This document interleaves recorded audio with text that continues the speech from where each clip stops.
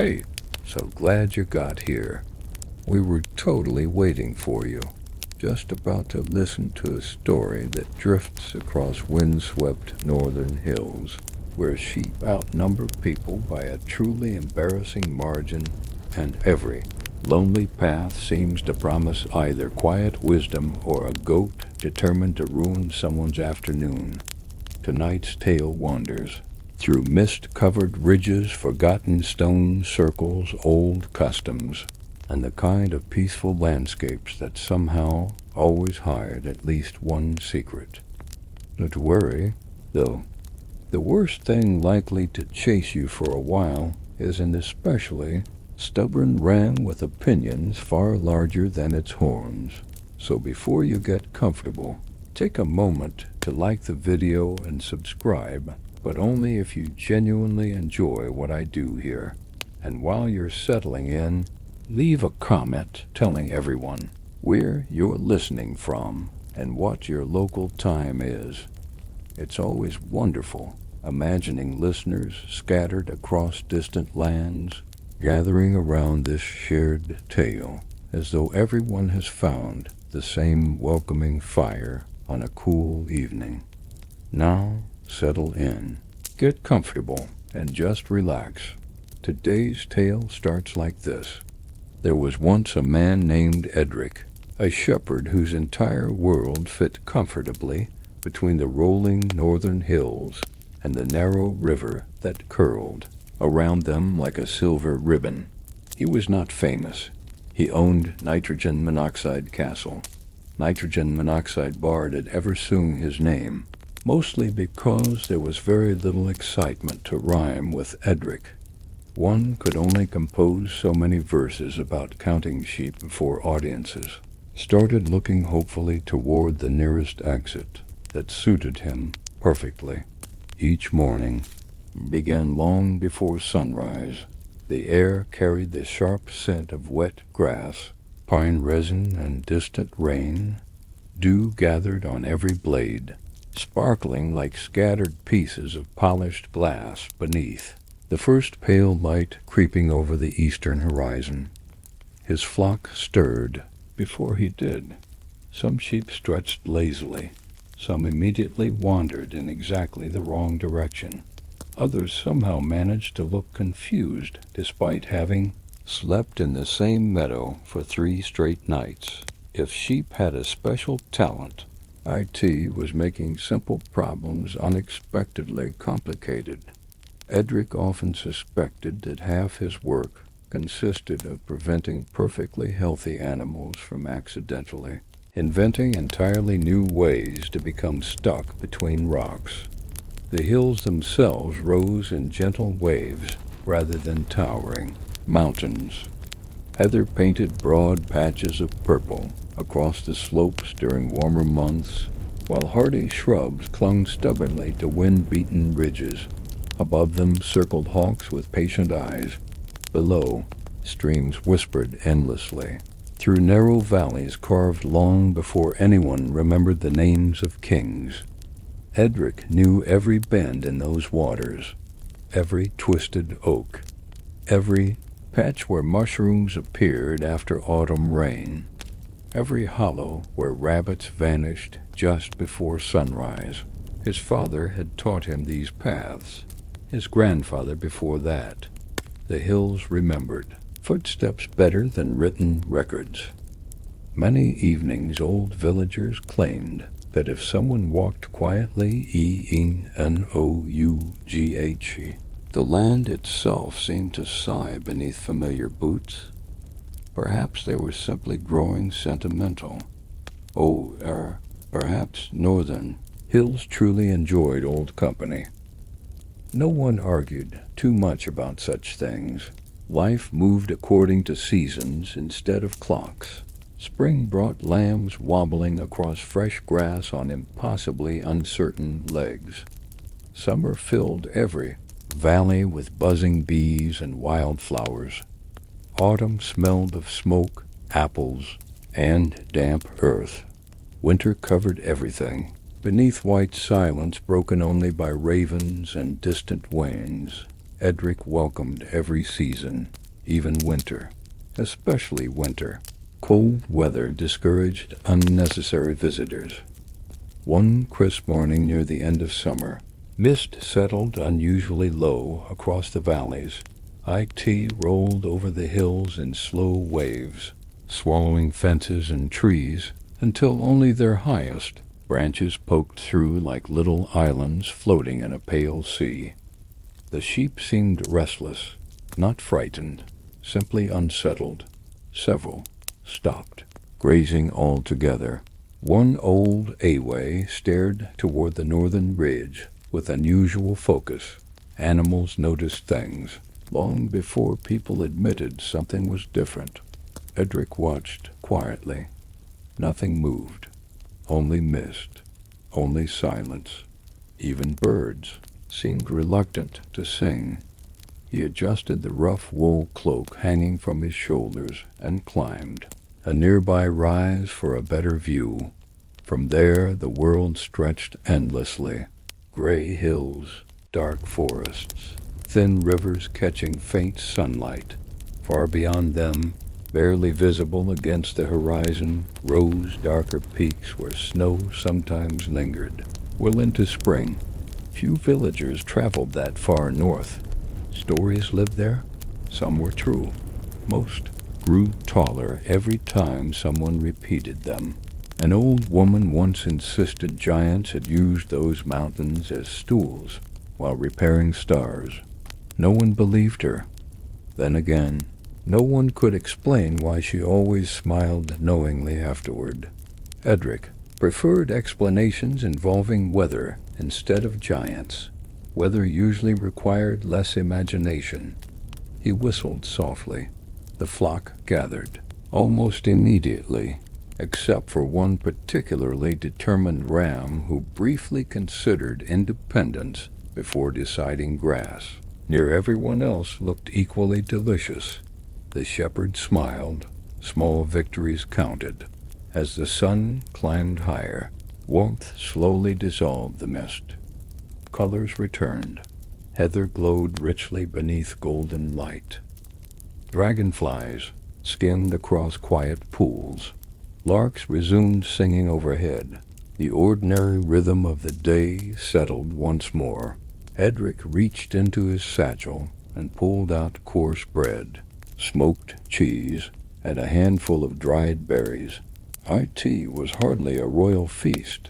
Still, nobody had ever accused hungry stomachs of possessing refined taste. While eating, he watched clouds drift lazily across the sky. His sheep grazed peacefully. The breeze carried distant bells from another flock somewhere beyond the next ridge. Moments like these made the world seem comfortably complete. One peculiar fact often amused him. Traveling monks claimed that in certain distant regions, shepherds hung tiny, carved bells made from wood instead of bronze because they believed wooden sounds confused mischievous forest spirits. Whether the spirits were actually confused remained uncertain.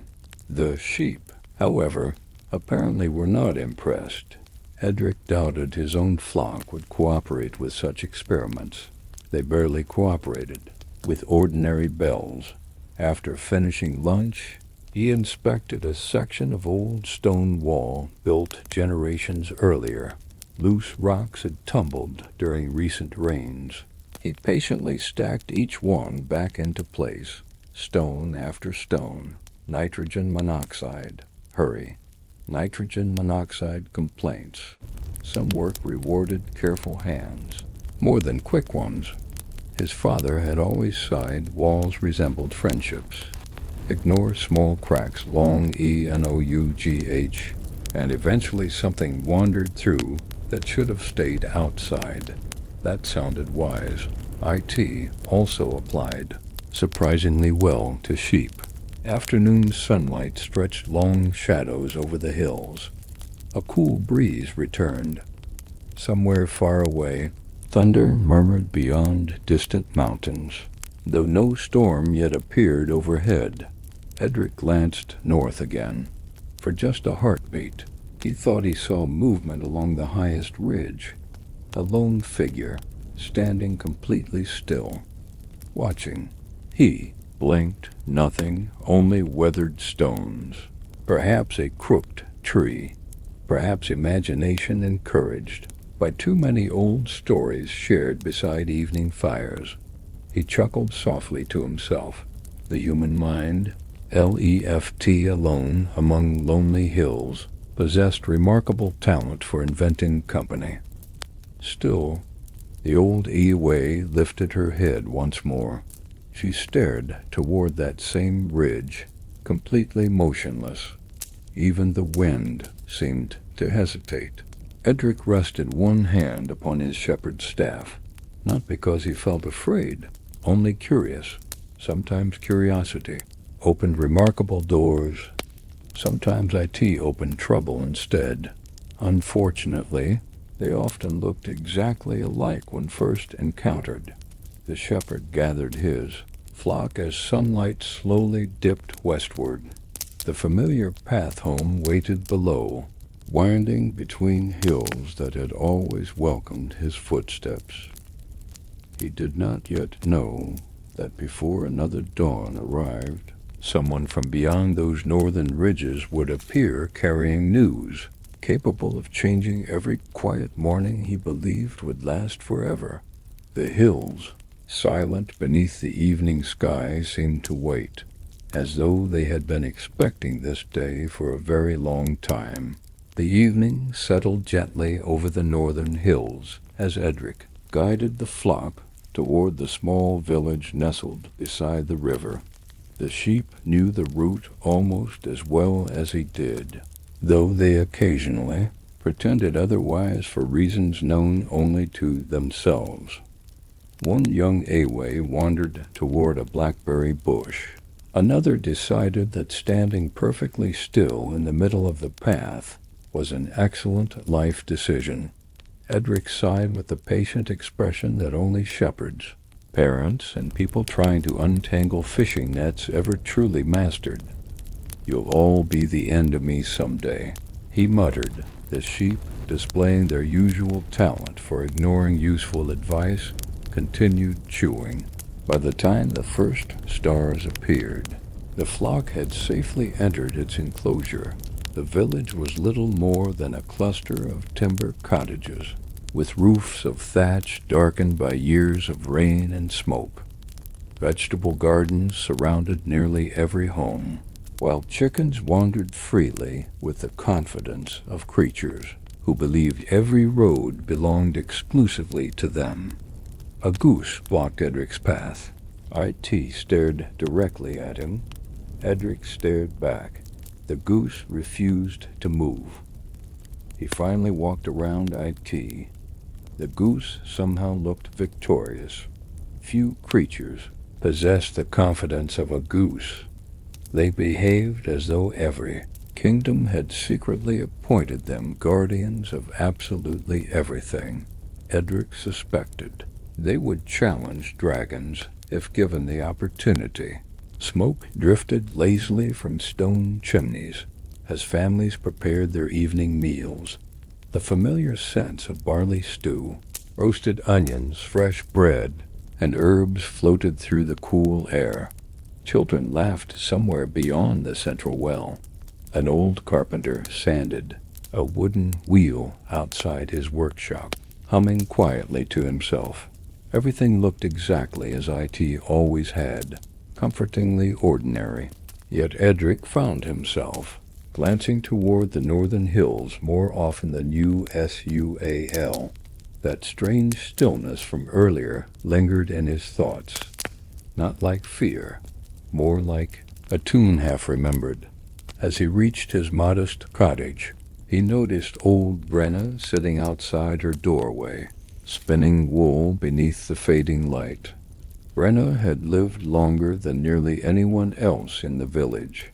Some claimed she remembered 4 different lords ruling the northern lands. Others insisted she remembered 5. She never corrected anyone. Perhaps she enjoyed watching. People argue over details she already knew. Without looking up from her spinning wheel, she spoke. "You looked north today." Edric paused. "I did." "You saw something." "I thought I did." "What was IT?" "I'm not certain." She nodded slowly, as though uncertainty itself had answered her question. "The hills don't always show things clearly." Edric smiled politely. "They're only hills." Brenna finally looked at him. Her pale gray eyes still carried surprising sharpness despite her age. "They're only hills," she repeated. "That's what young people always say. I'm hardly young." "Younger than the hills," he laughed quietly. "Fair enough." She returned to spinning.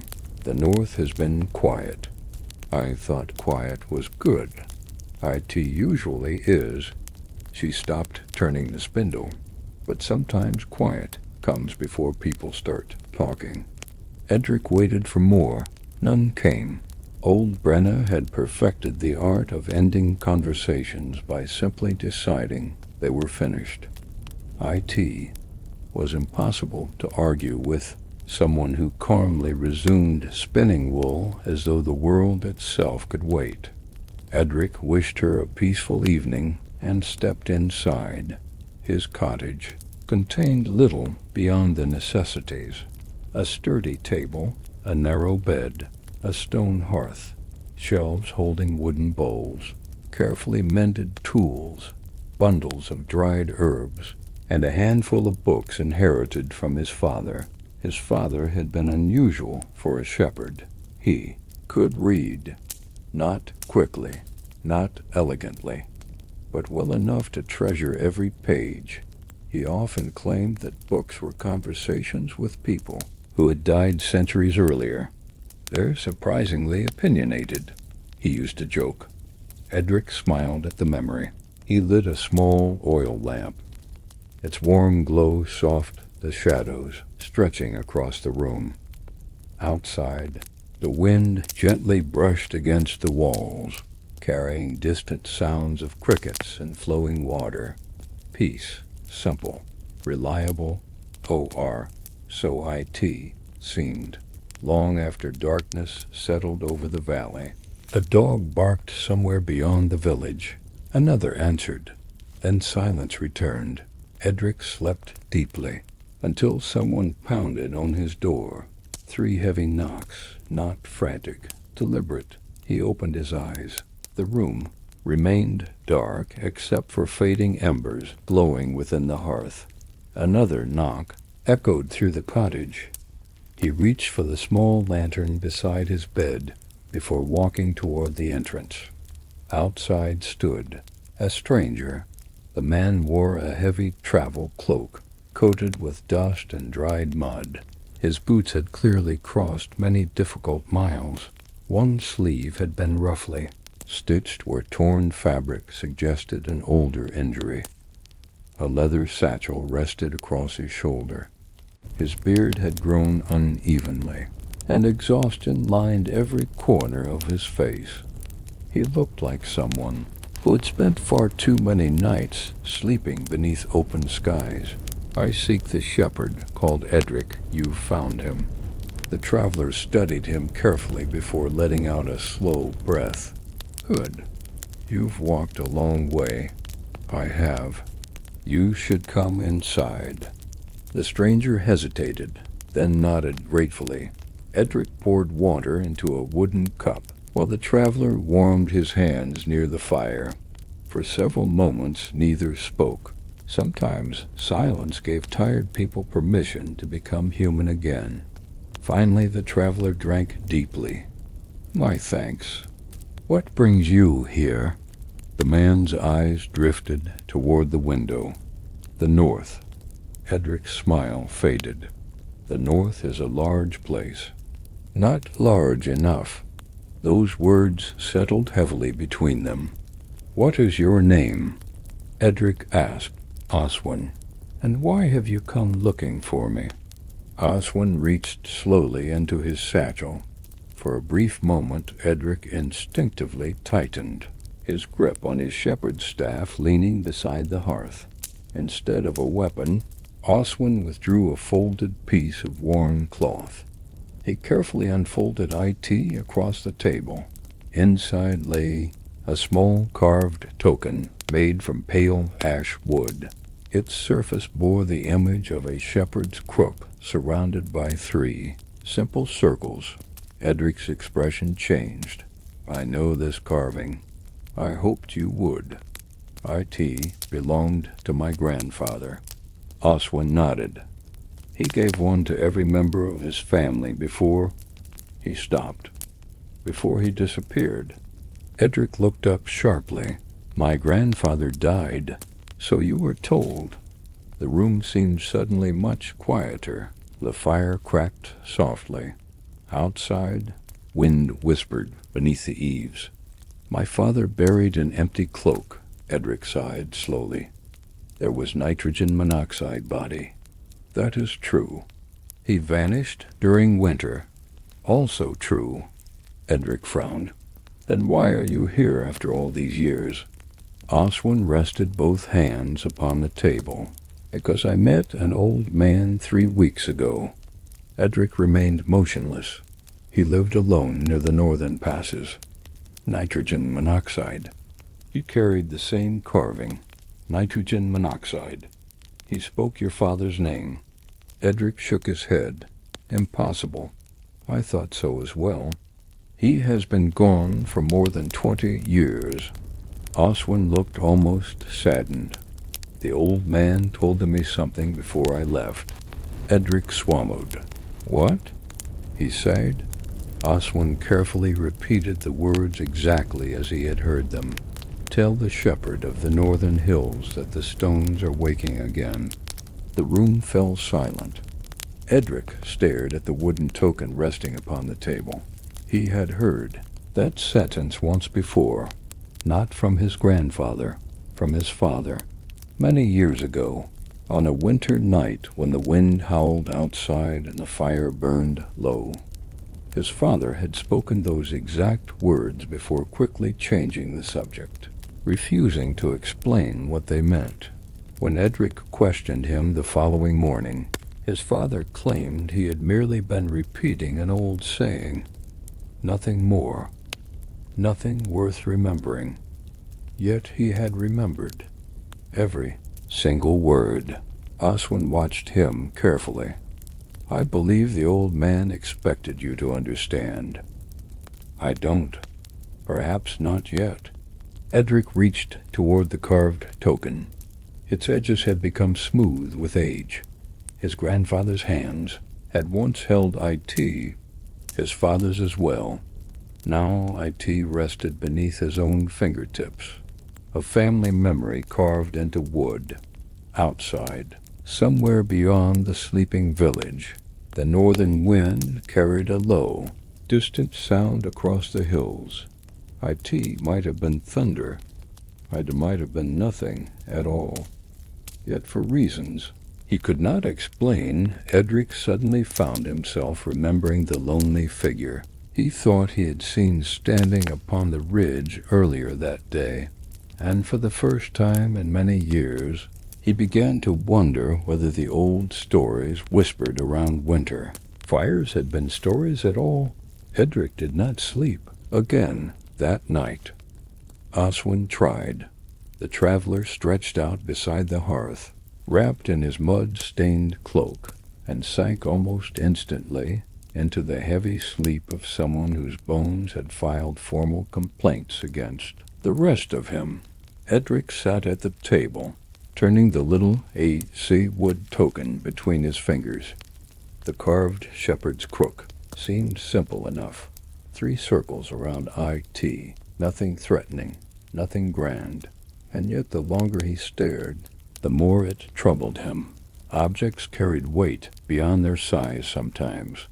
A wedding ring, a broken knife, a child's first wooden horse, a crust of bread when one was hungry enough to consider negotiating with squirrels. Small things could hold entire lives quietly inside them.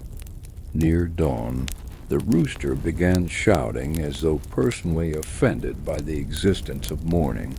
Edric rubbed his eyes. Across the room, Oswin stirred. That bird always sounded like that. The traveler muttered. Like it's accusing the sun of theft? Yes. Impressive lungs. Terrible manners. The two men ate in quiet company. Oat porridge, yesterday's bread, and a bit of sharp cheese wrapped in cloth. Oswin thanked him again, though his hands still trembled slightly from exhaustion. You should rest another day, Edric said. I should, Oswin replied, but you won't. Nitrogen monoxide. Naturally. Sensible advice had a short lifespan around worried men. When the village began waking, Edric stepped outside and found the morning strangely clear. Nitrogen monoxide mist drifted across the valley. Nitrogen monoxide ominous clouds gathered. Sunlight washed over the hills with such gentle brightness that the whole night's conversation might have been mistaken for a dream, except for the token in his pocket, except for the unease beneath his ribs. He led the flock out through the lower gate as USUAL. Routine helped steady the mind. Sheep needed nitrogen monoxide explanations. No ancient warnings. Nitrogen monoxide careful discussions of missing grandfathers, who perhaps were not as dead as everyone had politely agreed. They required grass, water, occasional rescue from their own spectacular foolishness. By mid-morning, the flock grazed along the slope beneath the northern ridge. Edric counted them twice, then a third time. One was missing. Of course, IT was always one. Never did 20 sheep all vanish together in some impressive organized scandal. Nitrogen monoxide. One sheep would simply decide that destiny called from behind a gorse bush. Edric scanned the hillside. Ramble, he called. The missing lamb had been named after his favorite place to become trapped. Nitrogen monoxide answer came because lambs were famously poor conversationalists. He left the main flock near a shallow fold in the land and followed faint hoof prints up toward a narrow cleft between two rocky rises. The ground there grew rougher. Heather gave way to thorny scrub, and the air cooled beneath the shadow of leaning stones. The prints continued. So did Edric. Soon he heard Ithie, a thin, indignant bleat echoing from somewhere below. Not frightened, annoyed. That was promising. He pushed through a cluster of rowan saplings and found Bramble standing at the edge of a sunken hollow, one hoof caught between two flat stones. The lamb looked at Edric as if this entire arrangement were somehow the shepherd's fault. Yes, Edric sighed softly. A tragedy beyond measure. He crouched and freed the hoof with practiced care. Bramble immediately hopped away, unharmed, then began nibbling a weed. Nearly perished, did you? Best eat through the grief. That was when Edric noticed the stones. They were not natural. At first they seemed like ordinary slabs half buried beneath moss and soil. But once he brushed aside the greenery, straight lines emerged. Too straight. Too deliberate. One stone met another at a clean angle, forming the edge of what had once been a wall. He looked around more carefully. The hollow was larger than he first realized. Grass covered most of IT, but beneath the earth lay shapes. Broken foundations, fallen pillars, a narrow stair descending into darkness and filled nearly to the top with leaves. Edric had crossed this ridge hundreds of times. He had never seen this place. Perhaps the morning light revealed it differently. Perhaps recent rains had washed away soil. Perhaps and this option was irritatingly difficult to ignore. The hills had chosen to stop hiding IT. He drew his knife and gently scraped moss from one upright stone near the hollow's center. Markings appeared, 3 circles, surrounding a crooked line. His breath caught the same pattern. Not exactly the same as the token, but near enough that coincidence packed its bags and left quietly through the back door. He pulled the Asach wood carving from his pocket and held it beside the stone. The symbol matched. Bramble bleated. Edric glanced at the lamb. Helpful, as always. A strange stillness filled the hollow. Nitrogen monoxide birdsong reached IT. Even the wind seemed to pass, above rather than through. He stepped toward the broken stair. The opening smelled of wet stone, old leaves, and the deep, earthy chill of places untouched by sunlight. Something pale lay wedged between the steps. He leaned closer. Bone? No. A carved peg of horn. Old shepherds sometimes used such pegs for fastening heavy cloaks. This one had been etched with tiny notches. Edric lifted IT carefully. An eccentric memory stirred in him. His father once told him that some northern shepherds counted sheep by carving marks into horn pieces rather than using stones, because stones could be lost, but a cloak peg stayed close, unless one was very careless or dramatically attacked by shrubbery. This peg had far too many notches to count at a glance. Hundreds, perhaps, or something else entirely. He slipped IT into his satchel. At the far side of the hollow stood a ring of knee-high stones, partly collapsed. In the middle grew a twisted elder tree, with white flowers despite the season being wrong for IT. That bothered him more than the ruins. Plants had their customs. When they broke them, people ought to pay attention. At the base of the elder tree lay another marking carved into a flat slab. This one showed hills, a river, and a small circle placed exactly where his village stood. North of IT, several lines curved toward the dark mountains. A map, not decorative, useful. Bramble trotted beside him, chewing loudly enough to insult the solemnity of discovery. Edric traced one carved line with HI's thumb. IT lead from the village across the ridge through old woodland and toward what appeared to be a tower, symbol near the high pass. His grandfather's disappearance, Oswin's old man, the warning, the stones are waking again. A low rumble passed beneath the ground. Edric froze. Loose dust trembled on the stone slab. Bramble stopped chewing. For once, this seemed serious. The rumble faded after only a few heartbeats, but the hollow felt changed afterward, like a sleeper who had shifted beneath blankets. Edric stood very slowly. He did not know what the ruins were.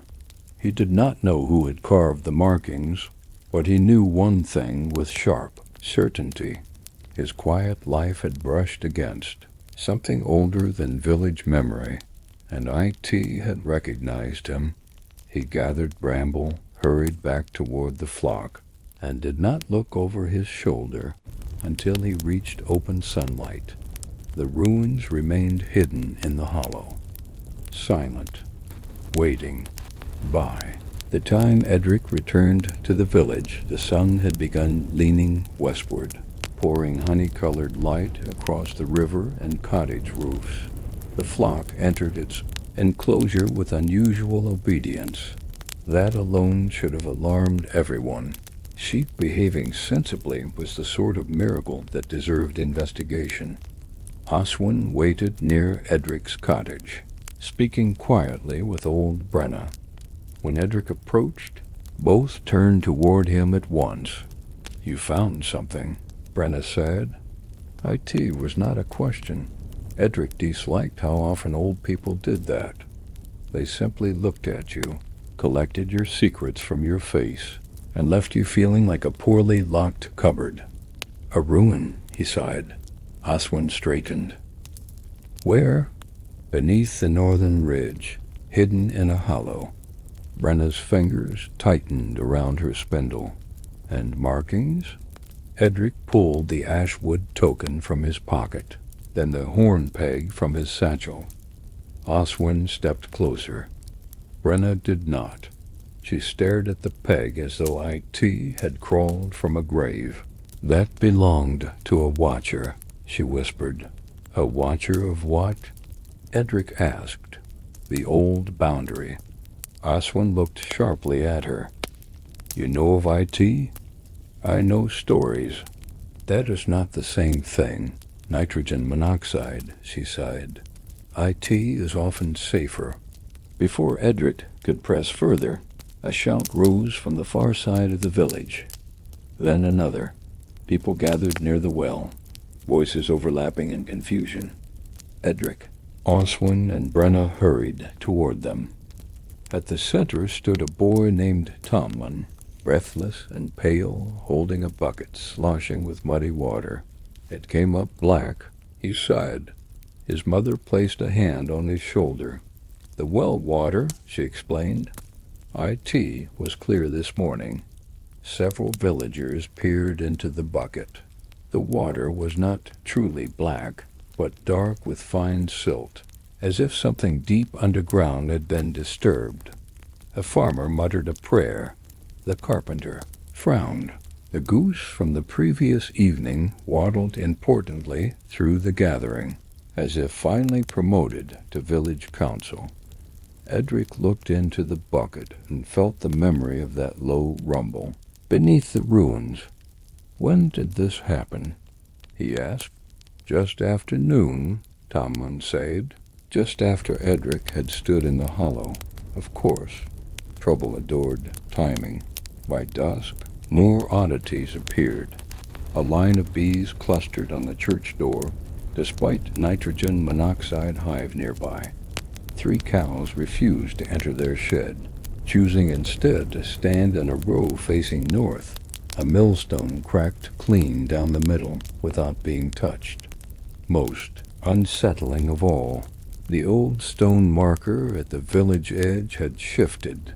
IT had stood crooked for generations beside the north road, half swallowed by grass. Children climbed on IT. Dogs marked I. Did nobody respected IT? Now IT stood, upright, perfectly upright, and on its weathered face newly visible beneath fallen moss, 3 circles surrounded a carved crook. The villagers gathered around it in silence. Someone whispered, "That was not there before." "IT was," Brenna sighed softly. "We simply stopped seeing IT." It did not comfort anyone. People preferred dangers that arrived loudly, preferably with banners, hoofbeats, and enough warning to hide the good blankets. This was different. This was the land itself rearranging its expression. By nightfall, fear had spread like spilled ink. Lanterns glowed in cottage windows. Neighbors spoke in low voices outside doorways. No one wanted to be alone, though everyone pretended they had simply come out for fresh air. Fresh air, apparently, required standing in anxious clusters. Edric found himself drawn into the largest gathering near the well. The village reeve. A broad man named Alden tried to restore order with the expression of someone deeply wishing. Leadership came with clearer instructions. "We do not know these signs mean harm," Alden said. A woman snapped. "My hens laid nitrogen monoxide eggs today. That may not be connected." They looked guilty. Hens often do. The discussion became less helpful from there. Oswin eventually raised both hands. "I came from the northern pass. Villages beyond IT have seen worse." That silenced them. What worse? Alden asked. Roads vanishing beneath, sudden fog, streams reversing, bells ringing in empty chapels, livestock fleeing fields. One man crossed himself, another sighed, streams cannot reverse. Oswin gave him a tired look. Tell that to the streams. Edric remained quiet. He could feel every eye slowly turning toward him. Even before anyone sighed his name, Brenna finally did. Edric found the old hollow. The village erupted again. Questions flew at him from every side. What hollow? What markings? Why had he gone there? Had he touched anything? That last question felt unfair. People always became very judgmental after mysterious events, as though they themselves never touched strange objects. Put a curious carving in front of half the village, and they would poke IT before supper. Edric explained as calmly as possible. The missing lamb, the ruins, the map, the tremor, the horn peg. When he finished, silence returned. Not peaceful silence, the thick kind. Alden rubbed his beard. What do these things want with you? I don't know, Edric sighed. Then who does? Everyone looked at Brenna. Brenna looked annoyed. Old age, apparently, came with the burden of everyone assuming you had answers stored. Somewhere between your knitting and your complaints about weather, there were keeper's wants. She sighed reluctantly. Families who watched the northern boundary before our village even had its name. Boundary against what? Tomlin asked. Brenna glanced toward the hills. Against whatever slept beneath them. Nobody enjoyed that. An eccentric detail surfaced from the village priest, who had been listening nervously. He mentioned that older church records described a custom once, practiced here every winter. Villagers placed bowls of milk on boundary stones, not for spirits exactly, but for memory. The priest admitted he had never understood what that meant. Also, the mice probably benefited more than memory did. Edric looked again at the upright marker.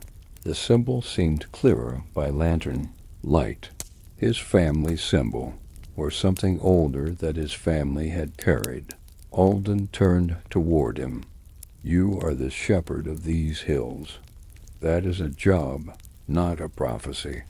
It may be both. I strongly prefer jobs. A few villagers almost laughed. Almost. Brenna stepped closer, lowering her voice. Your grandfather was not merely lost, Edric.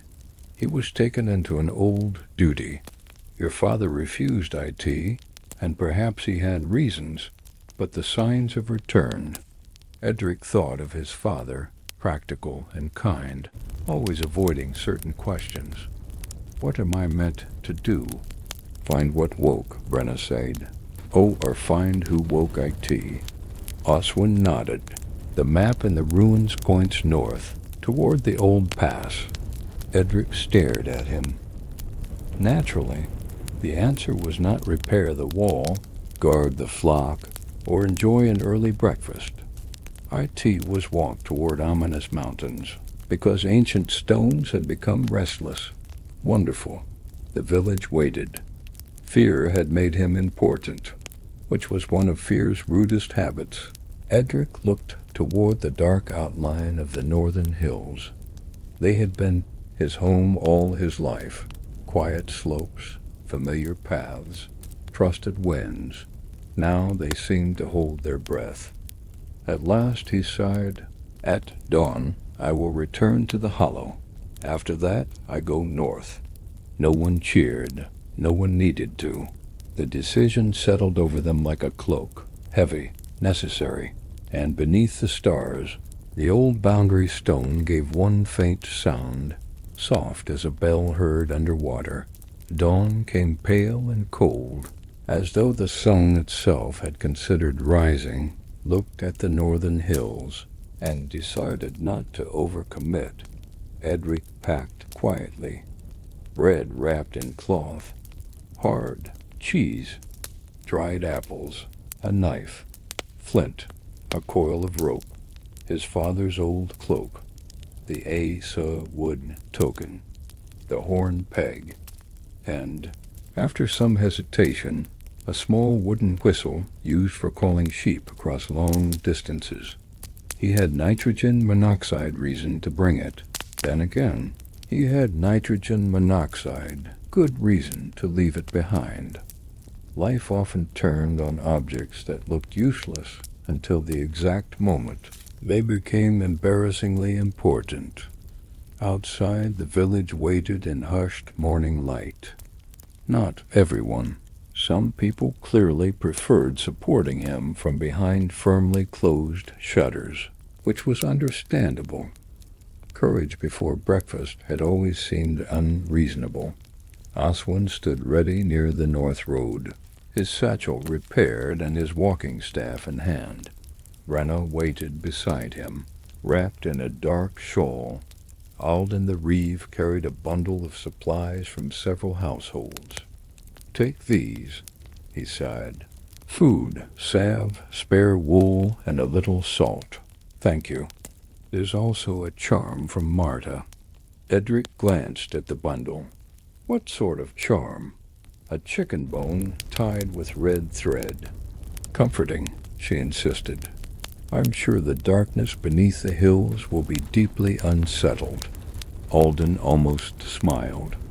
Old Brenna stepped close and placed something small in Edric's palm, a bronze button.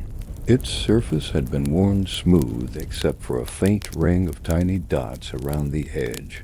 "Your father gave me this before he died," she sighed. Edric looked up. "He said if the North ever called, you should carry IT. WHY, didn't you tell me? Because the North had not called.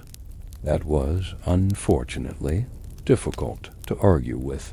What does IT do?" Brenna shrugged. "I am Old D, not a wizard." Oswin coughed into his sleeve, perhaps hiding a laugh. Edric tucked the button safely away. The villagers gathered closer. For a moment, he expected speeches, grand words, promises, blessings. Instead, Tomlin held out a small pouch of roasted chestnuts.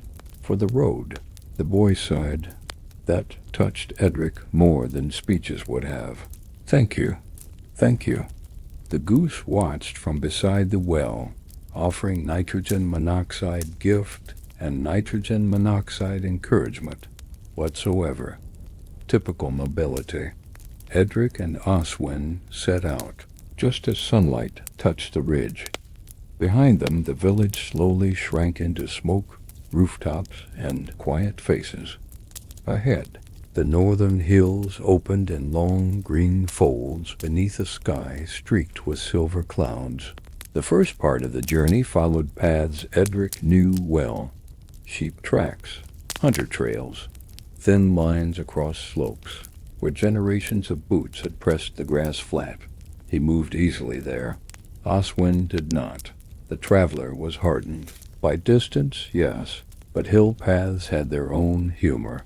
They rose when they appeared flat, dipped when they looked steady, and hid loose stones exactly where tired feet hoped for kindness. By mid-morning, Oswin stumbled for the fourth time. Edric glanced over. "You came through the northern pass?" "I did." "And survived?" "Barely. The path is over here." "I am aware."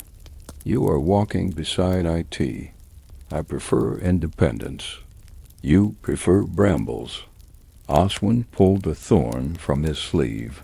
"Apparently." Bear wrote Elide first to the hidden hollow beneath the ridge. In daylight, IT seemed less impossible, but nitrogen monoxide less strange. The runes waited beneath moss and grass. The elder tree still bloomed white out of season. Edric showed Oswin the carved map. The traveler knelt, studying it with sharp attention. "This mark," Oswin sighed, pointing to the tower symbol near the pass. I saw stones like that. You were there? Near enough. An old watchtower stands above the north road. Half collapsed. Locals avoid IT because of the waking stones. Because people are wise enough to avoid half-collapsed towers. The waking stones are a newer complaint. Edric traced the rug. From the hollow, the carved line curved west through sheep pastures, crossed a stream, climbed over a low saddle, then entered woodland marked with a cluster of leaf shapes. Beyond that, the path vanished beneath newer lichen. They would have to guess. Wonderful. Guessing felt much less romantic when mountains were involved. Before leaving, Edric examined the hollow one final time, near the elder tree. He noticed something he had missed the day before. A shallow groove running around the stone ring, filled with rainwater.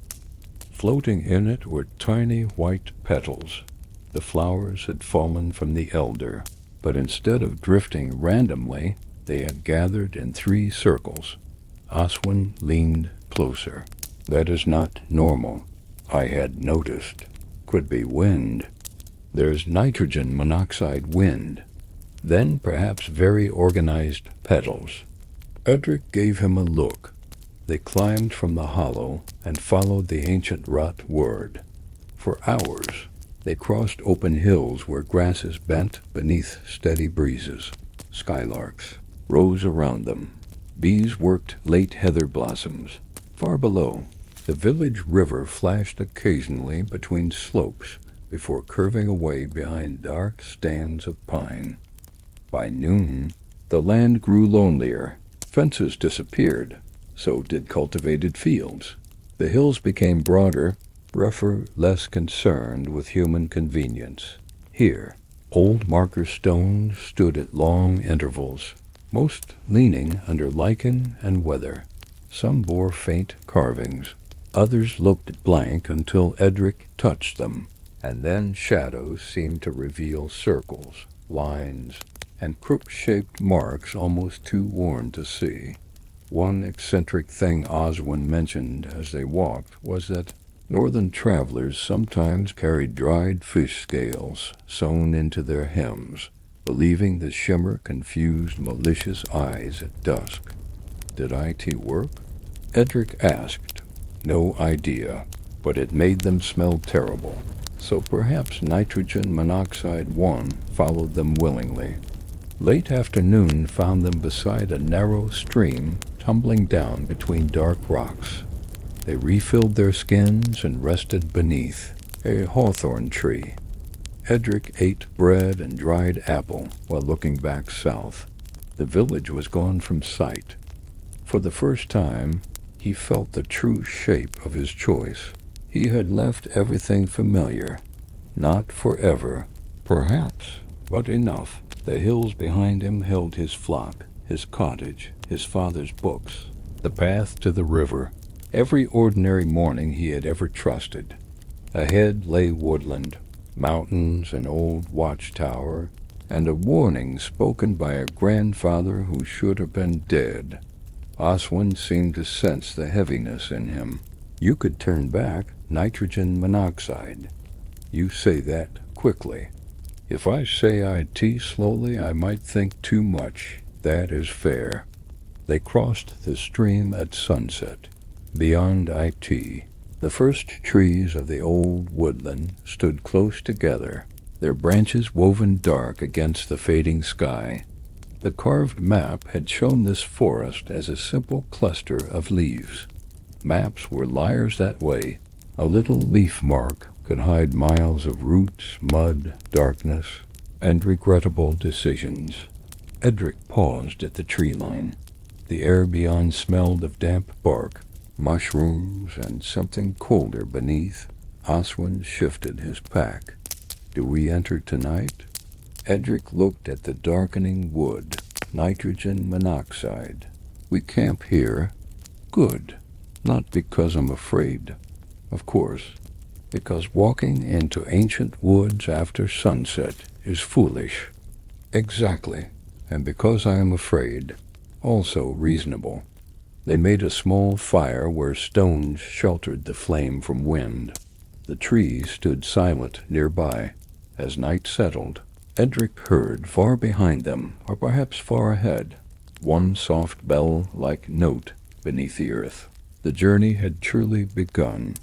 The fire had burned low by morning, leaving behind a nest of soft gray ash and a few stubborn orange coals glowing like sleepy eyes.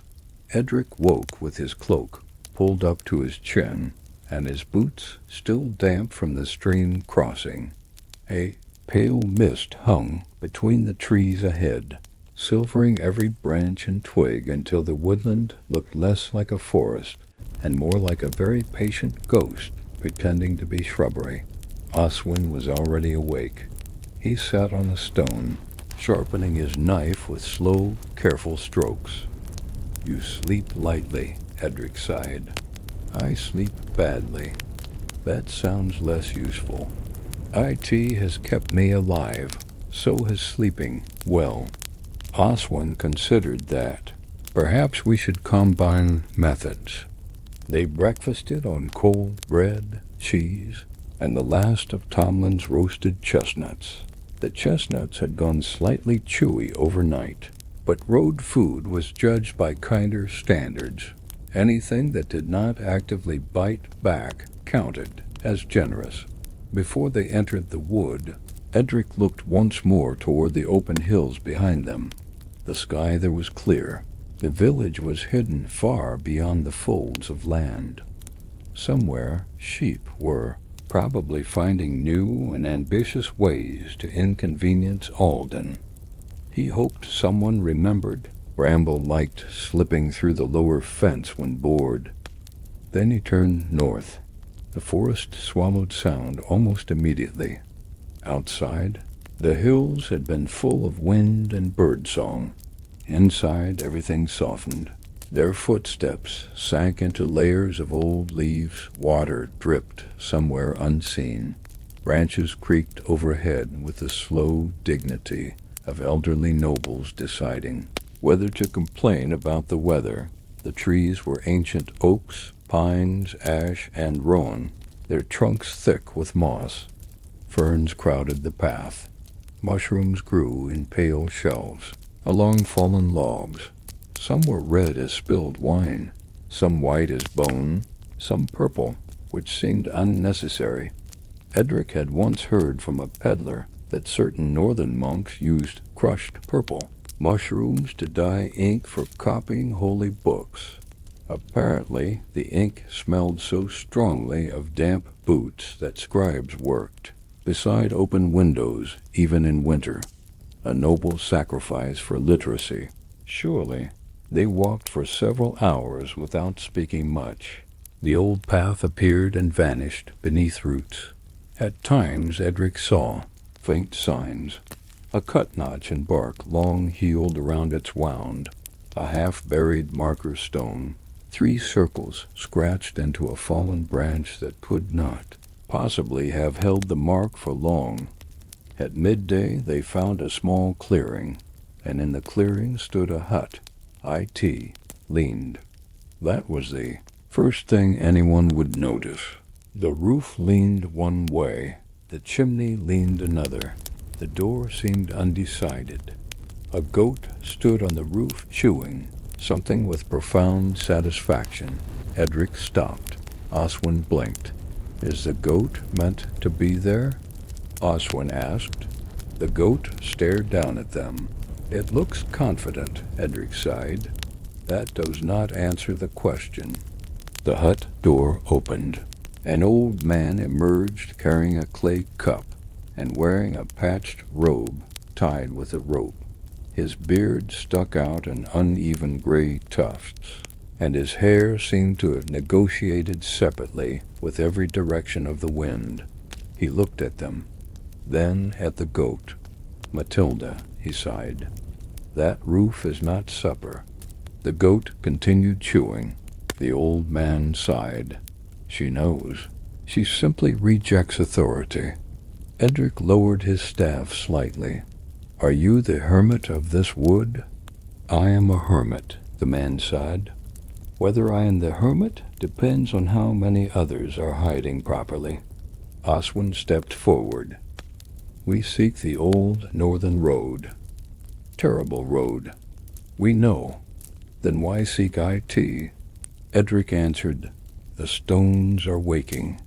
The old man's expression changed, not dramatically, just ENOUGH. His eyes sharpened beneath tangled brows. "Well," he sighed softly, "that is inconvenient."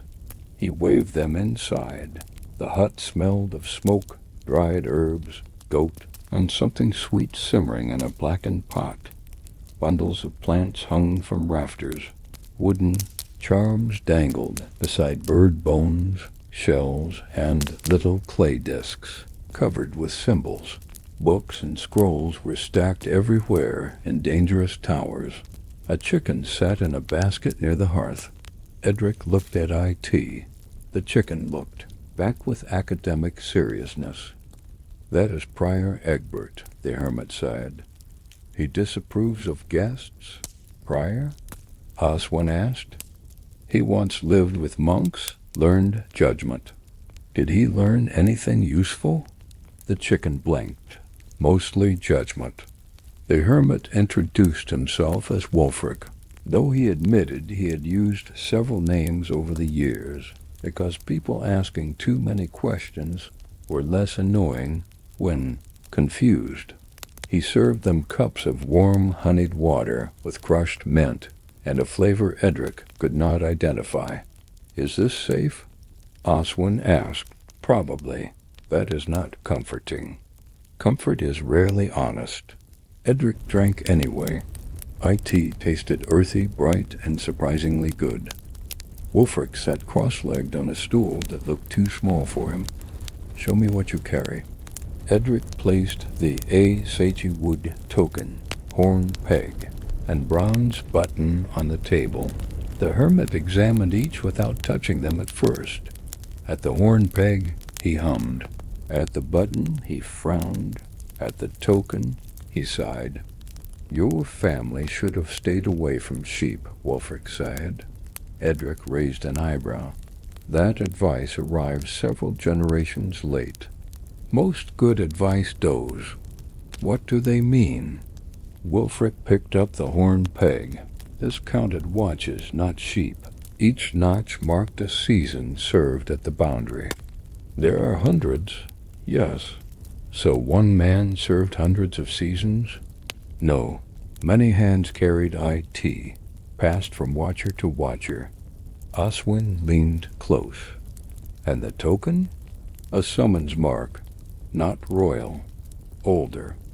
IT named those bound to listen when the northern stones stirred." Edric touched the bronze button. "And this?" Wulfric grew quieter. "That is from your father's cloak." Edric felt his throat tighten. "He told Brennan to give IT to me." "He refused the old duty," Wulfric said, "but refusal is not the same as forgetting." "What woke the stones?" The hermit looked toward the shuttered window. "Perhaps age, perhaps greed, perhaps some fool digging where fools should not dig." "People do that often," Oswin muttered. "Constantly," Wulfric agreed. "Civilization is mostly holes dug by overconfident men." He pulled a rolled parchment from beneath a stack of dried nettles and spread it on the table. IT showed the forest, the high pass, the watchtower, and beyond IT, a ring of black marks surrounding a blank space. "The old boundary held something beneath the hills," he said. "Not a beast. Not quite a spirit. More like a memory with teeth."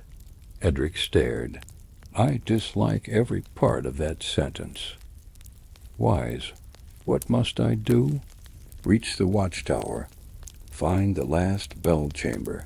Listen before you act." "That is your guidance?" "Yes. Listen. Most disasters begin because someone did not." Wulfric then handed Edric a small pouch of dried blue flowers. Chew one if the forest grows silent. What happens then? You will taste bitterness, and after that, you may notice what is watching. Oswin looked unimpressed. Could we not notice IT without bitterness? Certainly, usually too late. Outside, Matilda the goat thumped down from the roof with the grace of a falling sack of turnips. Wulfric walked them back to the clearing. The road bends east after the split oak, he sighed. Do not follow singing. Do not answer voices from behind. And if you see a white fox, bow politely. WHY? Edric asked. Manners cost nothing. That absurdly was the most practical thing he had sighed all day. As Edric and Oswin left the clearing, the hermit called after them. Shepherd. Edric turned. Wulfric's crooked smile had vanished. The hills remember bloodlines, yes, but they trust choices more. Then the forest closed between them, and the leaning hut disappeared behind leaves, as if I too had never been there at all. For a while after, leaving Wulfric's clearing, neither Edric nor Oswin spoke. That often happened after receiving advice from a hermit who kept a judgmental chicken indoors and a goat on the roof. The mind needed time to sort useful wisdom from woodland nonsense, and unfortunately the two had arrived wrapped together like poorly packed cheese. The path narrowed beneath ancient branches. Roots crossed the ground like sleeping serpents. Ferns brushed against their boots, leaving cold beads of water on leather above them. The forest canopy thickened until daylight fell in thin green shafts, soft and dim as light seen through river water. Edric kept one hand near the pouch of blue flowers. He did not chew one yet. The forest was quiet, yes, but not silent. There were still small sounds, beetles ticking beneath bark, leaves shifting, distant birds calling with brief, uncertain notes.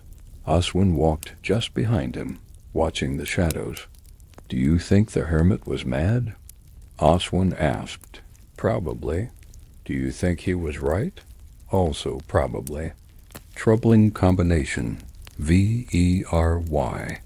They reached the split oak before midday. IT was impossible to miss. The tree rose from the ground in two massive trunks, divided almost perfectly down the middle, yet both halves remained alive. Moss filled the dark seam between them. Someone had tied old strips of cloth to its lower branches, faded by weather until they looked like pale tongues. Edric turned east, as Wulfric had instructed. The path there almost vanished. Oswin frowned. This is barely a trail. Good. That means fewer travelers, or it means IT leads nowhere. Then fewer disappointed travelers, too. The air grew colder as they advanced. Not winter cold. Cellar cold. The chill of stone, shadow, and forgotten wells. Soon they came upon the first sign. A circle of mushrooms stood beside the path, but not in a ring, as such things sometimes grew. These formed three perfect circles, touching one another, like the mark on the token. At the center lay a sheep's bell, old bronze, green with age. Edric knelt. Do not touch IT, Oswin sighed. I was not going to. You looked like you were. I was looking respectfully. That is how touching begins. Edric stood without taking the bell. A good decision, he thought. Maturity, perhaps. Then 5 steps later, he turned back and saw the bell was gone. Nitrogen monoxide wind stirred. Nitrogen monoxide creature moved. Oswin whispered, Still glad you did not touch IT. Immensely. By afternoon, the trees began showing carvings, not fresh cuts, old scars, grown thick at the edges. Some showed crooks. Others showed eyes. One showed what appeared to be a man carrying a lamb while being followed by 7 enormous birds. Oswin studied that one. Is that warning or decoration? With old carvings, usually both. A curious memory came to Edric then. His father had once told him that in certain border woods, charcoal burners painted eyes on the backs of their huts, believing wolves preferred attacking things that did not stare back. Whether wolves cared was uncertain, but apparently thieves found it unsettling enough to avoid the place. Practical superstition had its uses.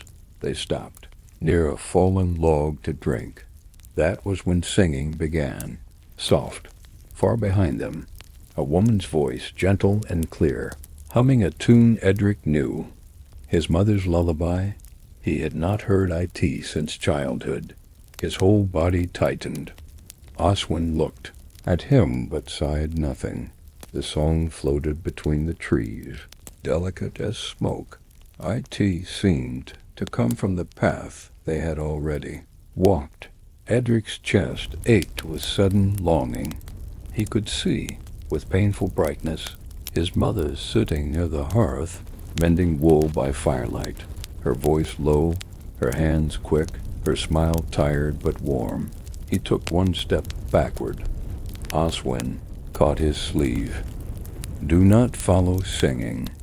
Edric blinked. The memory shattered. The forest stood dim and cold around them. The song continued. Now it sounded farther away or closer. Hard to tell. Edric swallowed. Thank you. Thank you. Oswin released him. Someone once told me sensible advice is worth obeying when terrifying. That sounds like something you invented. I improve with danger. They moved on quickly. The singing followed for several minutes, then faded into a sound like leaves scraping stone. After that, Edric chewed one of Wulfric's blue flowers. Bitterness flooded his mouth so fiercely that his face twisted. Oswin glanced over. That bad? Imagine biting regret. I will pass. At first, nothing happened. Then the forest changed. Not physically, not exactly, but details sharpened. Edric saw threads of pale dust hanging in the air where nitrogen monoxide sunlight touched. He noticed small stones arranged along the path in repeating patterns. He saw handprints on certain trunks, faint and silver, as though pressed there by wet moonlight. And between 2 pines ahead, something watched, tall, thin, almost human. Almost. Edric stopped. Oswin followed his gaze. Do you see it? Edric whispered. No. The watcher did not move. It had nitrogen monoxide clear face. Only shadow gathered where features should have been. Around its neck hung several small bells, none of them ringing. Edric bowed. Oswin stared at him. What are you doing? Being polite. To what? Manners cost nothing. The shape tilted its head, then stepped aside. Behind it, a narrow path appeared between the trees, a path that had not been there moments before. Oswin exhaled slowly. I withdraw my criticism. They followed the new path. The watcher remained behind them, silent. Edric did not look back. The ground rose steadily now, climbing through darker woodland where stones pushed up through the soil like buried knuckles. The air smelled of rain, though the sky was hidden. Near evening, they reached a clearing filled with standing stones. Unlike the ruin beneath the ridge, these were taller than men and set in a long avenue leading north. Each stone bore the same 3 circles, though many marks had cracked with age. At the far end stood a white fox, small, bright, utterly still. Oswin whispered, You must be joking. Edric bowed. After one stiff moment, Oswin bowed too. The fox sat, then yawned. It seemed disappointed in them, but not hostile. That counted as success. The creature turned and trotted north between the stones, pausing only once to look back. "Are we following IT?" Oswin asked. "We were told not to follow singing." "Nothing about foxes." "Exactly." The fox led them to the edge of the forest just as sunset burned red beyond the trees. There, the land opened suddenly onto a high slope overlooking distant valleys. Far north, dark against the fading sky, rose the first jagged line of mountains. And on one shoulder of stone, barely visible but unmistakable, stood a broken tower, the forgotten watchtower, still far away, still waiting. The white fox vanished into bracken without a sound. Behind Edric, deep in the forest, a bell rang once, then all was quiet. They camped beyond the forest edge, where the trees thinned into scrub and the ground sloped upward toward the high northern pass. Neither man suggested returning. Beneath the branches that felt wise, a forest where songs borrowed dead voices and shadowy bell-wearers, opened hidden paths was best enjoyed from a respectful distance, preferably while facing the other way. Their fire was small that night. The mountains ahead drank most of the warmth from the air. Even in late summer, cold gathered along those heights with quiet confidence. Settling into stones, grass, and bone, Edric wrapped his father's cloak tight around his shoulders. Oswin sat opposite him, staring toward the broken shape of the watchtower far above. "It looks closer than it is," Oswin said. "That is kind of it, cruel architecture. Mountains do that. They point at themselves all day." Oswin gave a tired smile. Below them, the forest lay dark and still. Above, stars emerged one by one, sharp as frost. Nitrogen monoxide village lamps shone behind them. Nitrogen monoxide sheep bells drifted on the wind. The world had narrowed to firelight. Cold grass and the road ahead. Edric slept in brief pieces. Each time he woke, he thought he heard a bell. Not loud, not near, just a single note beneath the wind. By dawn, clouds had rolled across the sky. The path toward the pass climbed steeply through rough ground scattered with slate, thorn, and low twisted pines. The old road appeared sometimes as fitted stones beneath moss, then vanished beneath landslips or patches of heather. Oswin moved carefully. Edric moved better. A shepherd's life had trained his feet on slopes that seemed designed by someone who disliked knees. Still, the climb wore them both down. By mid-morning, the wind strengthened. IT pushed against them from the north, smelling of snow, iron, and distant rain. Ravens circled above a ridge, calling to one another with voices like creaking doors. They passed a ruined wayside shrine built into a hollow of rock. Its little roof had collapsed. Inside stood a stone figure so weathered that Edric could not tell whether IT had once represented a saint, a king, or simply a very disappointed ancestor. Someone had left fresh berries in a clay bowl at its feet. Oswin frowned. Who left those? Someone polite? Nitrogen monoxide 1 lives here. Then someone very polite. Edric did not touch the offering. One learned quickly on strange roads that free food often came with invisible terms. Besides, berries left for ancient stone figures had probably already been claimed, and stealing from withered saints seemed like a poor strategy.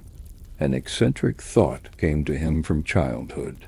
His father had once claimed mountain folk sometimes greeted abandoned shrines by tapping their boots 3 times, because spirits disliked being surprised by travelers. Edric tapped his boot. Oswin stared. What now? Announcing myself? To a rock? To whatever owns the rock. Oswin considered this, then tapped His own boot 3 times, just in case. The road grew worse after the shrine. Loose stones slid underfoot. Mist gathered in folds along the slopes, drifting upward rather than down. Twice they stopped because the path seemed to end at empty air, only to find IT turning sharply behind a boulder or between leaning slabs.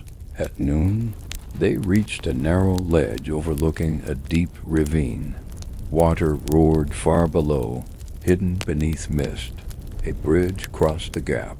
OR, more accurately, the memory of a bridge.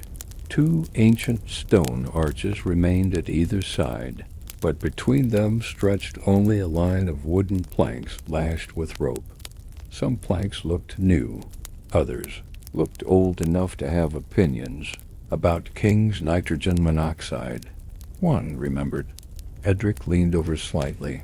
The drop vanished into gray whiteness. Oswin sighed. I dislike this? Good. It would be worrying if you liked IT. Can we go around? Edric studied the ravine. The cliffs extended east and west into mist, not without losing a day, maybe more. Wonderful. They crossed one at a time. Oswin went first, placing each foot slowly. The ropes creaked. The planks groaned. The wind chose that moment to become deeply interested in pushing him sideways. He reached the far side, pale but alive. Edric followed. Halfway across, something moved in the mist below. Not a bird, too large. Not a falling rock, too graceful. A dark shape passed beneath. The bridge, silent despite the roaring water. Edric froze. The ropes swayed. Keep moving. Oswin called quietly. Edric obeyed. 3 steps, 4. A plank cracked beneath him. He dropped hard to one knee, gripping the rope as splinters fell away into the mist. For one long breath he hung there, heart hammering. Then he heard bells, small bells, directly below. He looked down. Shapes stood in the mist on the empty air, beside the bridge, tall and thin, almost human.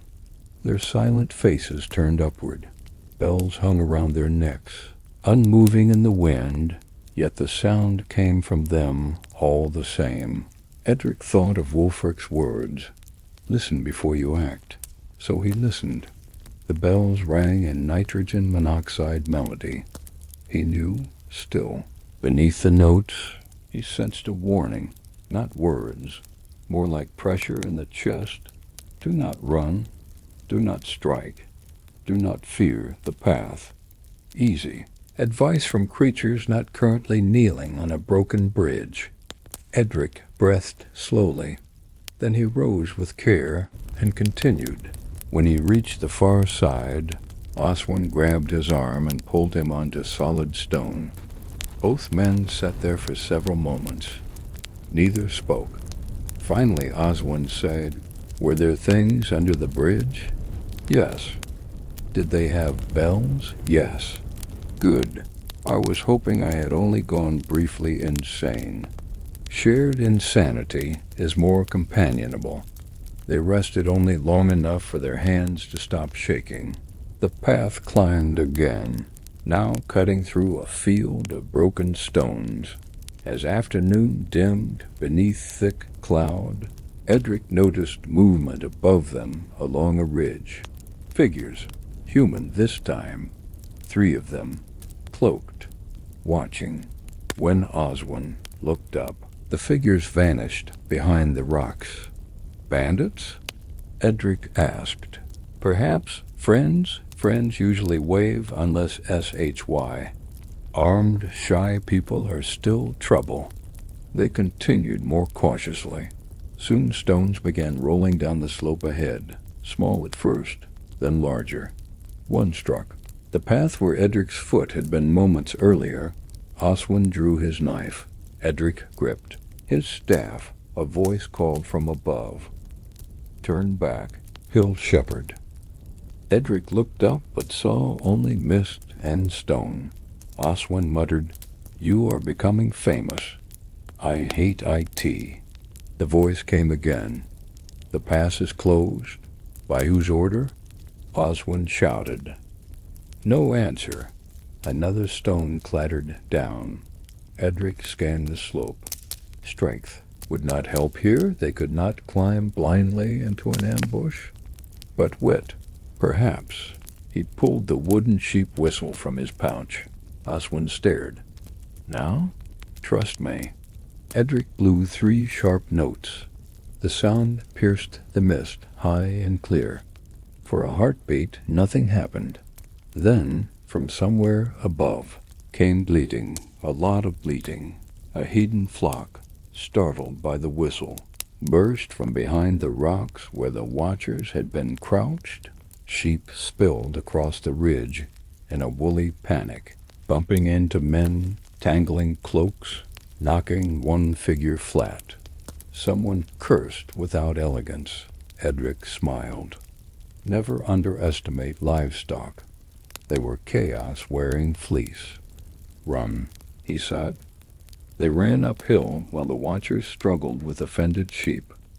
By the time the path leveled near the pass, the mist had thickened and evening had nearly arrived. Behind them, angry voices faded. Ahead, the broken watchtower stood closer now, dark against the mountain's shoulder, and from within its ruined walls came one deep bell note. Slow and waiting, the watchtower stood on a shelf of dark stone above the pass, broken by age, storms, and whatever terrible architectural decisions had been made by people who apparently believed comfort was a moral weakness. Its lower walls remained solid, built from heavy blocks fitted so tightly that even moss seemed uncertain where to begin. The upper floors had partially collapsed, leaving jagged edges against the evening sky like cracked teeth. A narrow path curled toward its entrance. No door remained, only a black opening. Edric and Oswin stopped several paces away. Wind pressed their cloaks against their backs.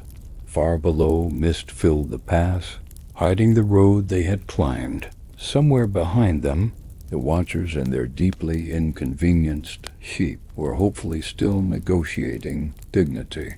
Oswin wiped sweat and rain from his brow. "Do we enter?" Edric stared into the tower. I dislike how often that question answers itself. Inside, the air smelled of cold stone, old ASH, and bird droppings. Ravens had nested in the upper cracks. One flapped away when they stepped through the entrance, complaining loudly, as ravens often did when humans interrupted their dramatic atmosphere. The floor was uneven. Broken beams lay scattered among fallen stones. Along the inner wall, a spiral stair climbed upward, though several steps were cracked. At the center of the chamber stood a circular stone base, empty. Something had once rested there. Edric touched the Us-Agi-Wood token through his cloak. The air trembled faintly beneath his fingertips. Oswin lifted his lantern. Marks. Carvings covered the walls. Some were nearly lost beneath soot and lichen. Others remained sharp, preserved by shadow. Edric moved closer. There were shepherds carved there. Not knights, not kings. Shepherds, men and women with crooks, dogs, cloaks, and bells. They stood beside boundary stones, under stars, before hills drawn as sleeping backs. Around them circled the same 3 rings. Oswin read one line carved beneath the figures. The flock watches the field. The shepherd watches the flock. The hills watch the shepherd. Edric frowned. That feels unfairly crowded. Another wall showed towers placed across the frontier. Bells hung inside them, joined by carved lines like roads beneath the earth. The bell chamber, Oswin sighed. Above? Likely. They climbed carefully. The stair groaned beneath them, though it was stone, which seemed unnecessary and rude. Wind slipped through cracks, making low notes along the walls. On the second level, they found a room open to the sky on one side. A wooden table had survived there, warped but upright. On it lay scraps of parchment sealed. Inside a cracked clay tube, Oswin opened IT with care. Most pages had rotted. One remained, readable. IT contained names, dozens of them, each written beside a mark. Near the bottom, Edric found his grandfather's name, Aldwin of the Northfold. His breath caught. Beside the name sat the symbol of the crook and 3 circles. Below IT, another line had been added in a different hand. Stayed beyond winter. Did not return by road. Edric read it 3 times. Did not return by road. Not died, not lost, not taken by wolves. Simply did not return by road, as if there were other ways a man might return. Oswin spoke gently. This proves he came here. Edric nodded. IT proves everyone lied, or everyone feared the truth. That is a polite way to lie. Most village history is. Edric almost laughed, but the sound failed. His grandfather had stood in this tower, touched these stones, perhaps looked north from the broken wall and made a choice, nitrogen monoxide. One at home ever understood. And now Edric had followed. Not because he wanted glory, not because he was chosen by a singing sword, thank goodness. Swords were dramatic and high maintenance. He had followed because sheep wandered. Whales darkened, and old wood remembered his name. On the far wall hung a rusted chain descending from the ceiling through a hole in the floor above. Oswin tugged IT. A faint sound answered. Not from overhead. From below. Deep below. Deep below. The tower seemed hollow under their feet. They climbed. The final stretch. The bell chamber had nitrogen monoxide roof. Only 4 stone arches remained, open to the sky. In the center hung a great iron bell, dark with age.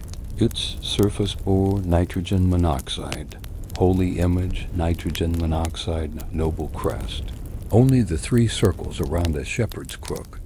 The clapper was missing, yet as Edric stepped closer, the bell gave a soft note.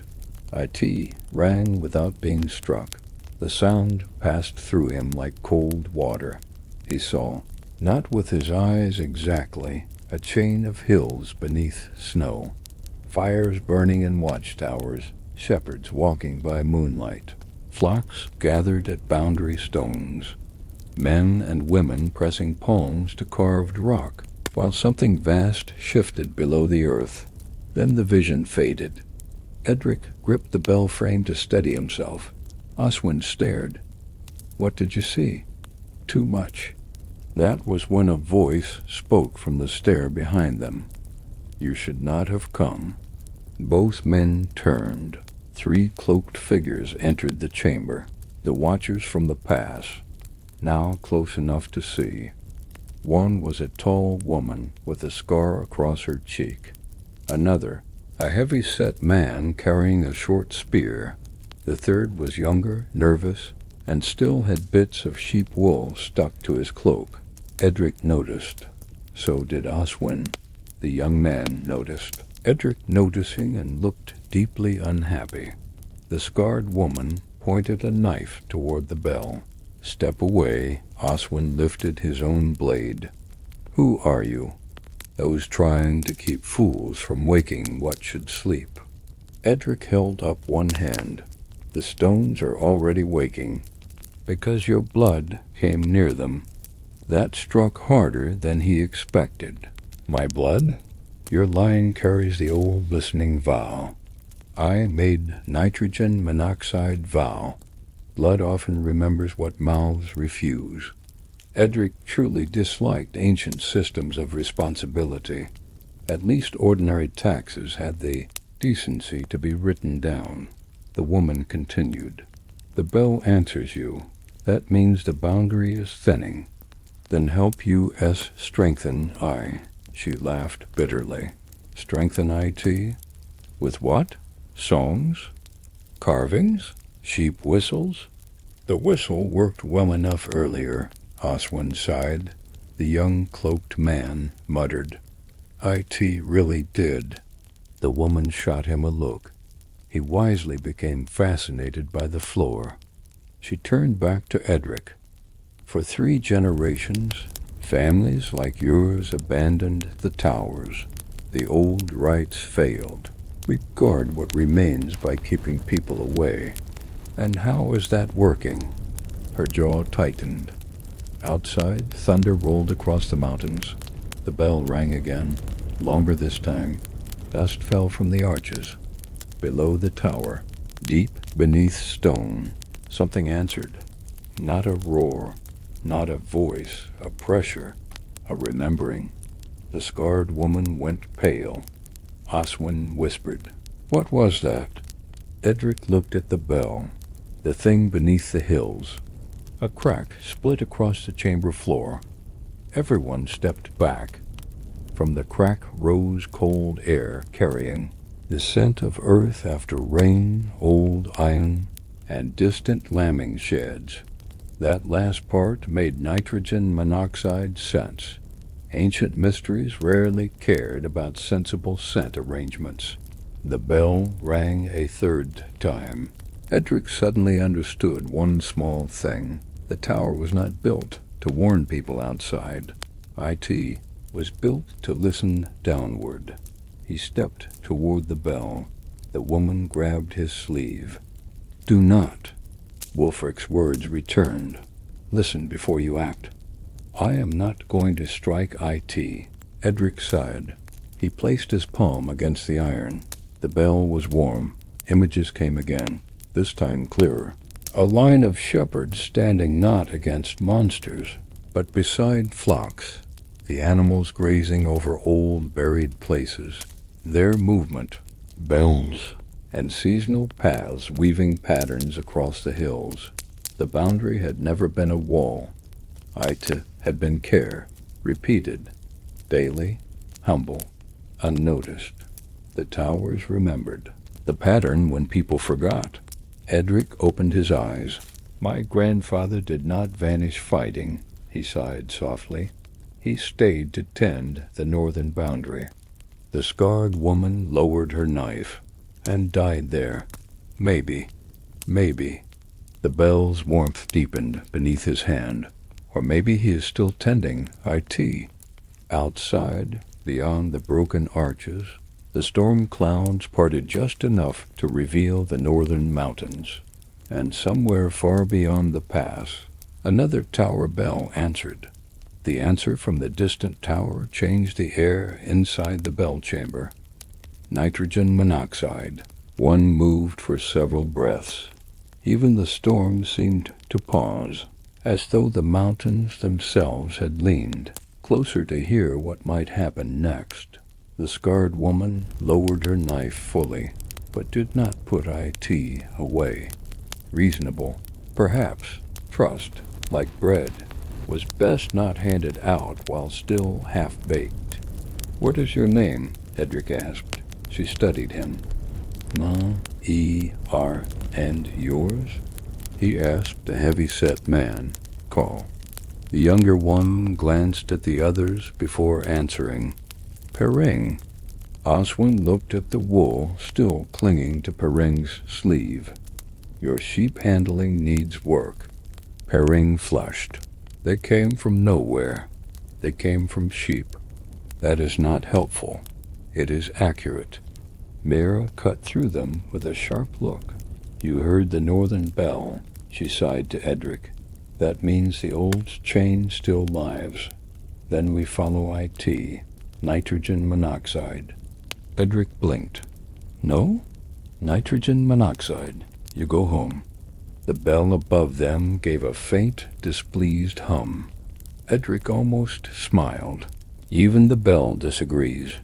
The bell does not understand danger. IT is an ancient iron bell that listens to hills. I suspect IT understands more than either of you S. Mara stepped closer. Beyond the pass are ruined settlements, broken roads, and things that were familiar voices. We have lost people there. So have I, apparently. That silenced her. For a moment, the hardness in her face thinned. Your grandfather was brave, she sighed. Did you know him? Nitrogen monoxide. My mother did. Edric looked toward the distant mountains. And what did she say? Mara hesitated. That he stayed when others fled. Those words settled quietly inside him. Not grand, not polished, but real. Below, somewhere in the tower's hollow foundations, stone shifted. Everyone heard IT. COL crossed himself. Perring swallowed. Oswin stepped beside Edric. We cannot remain here arguing. Agreed, Edric sighed. We go north. Mara's eyes narrowed. You do not command US. No, but neither do you command me.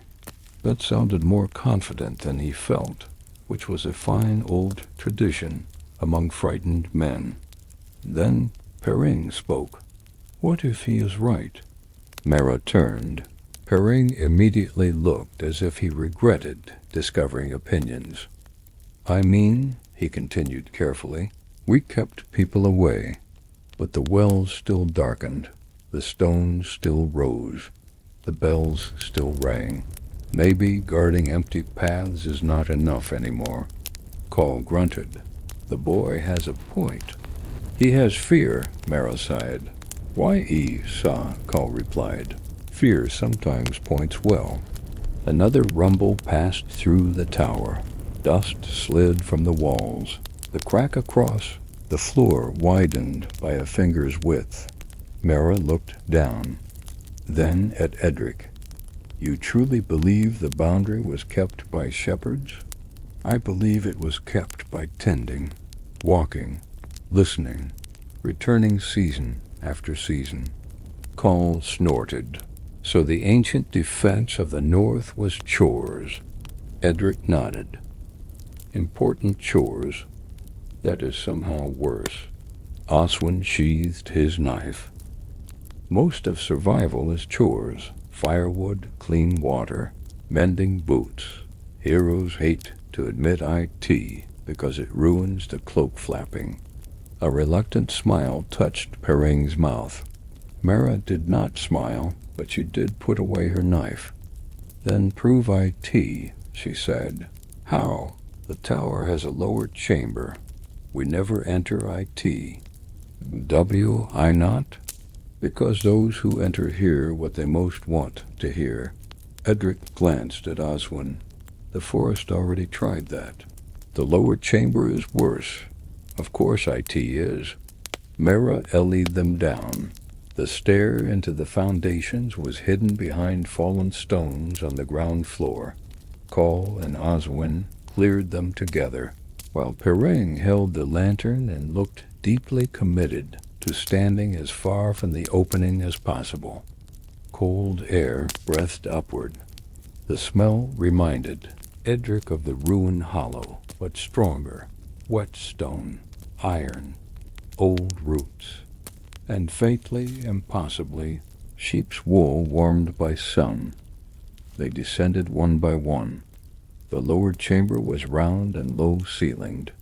In its center lay a stone basin filled with clear water.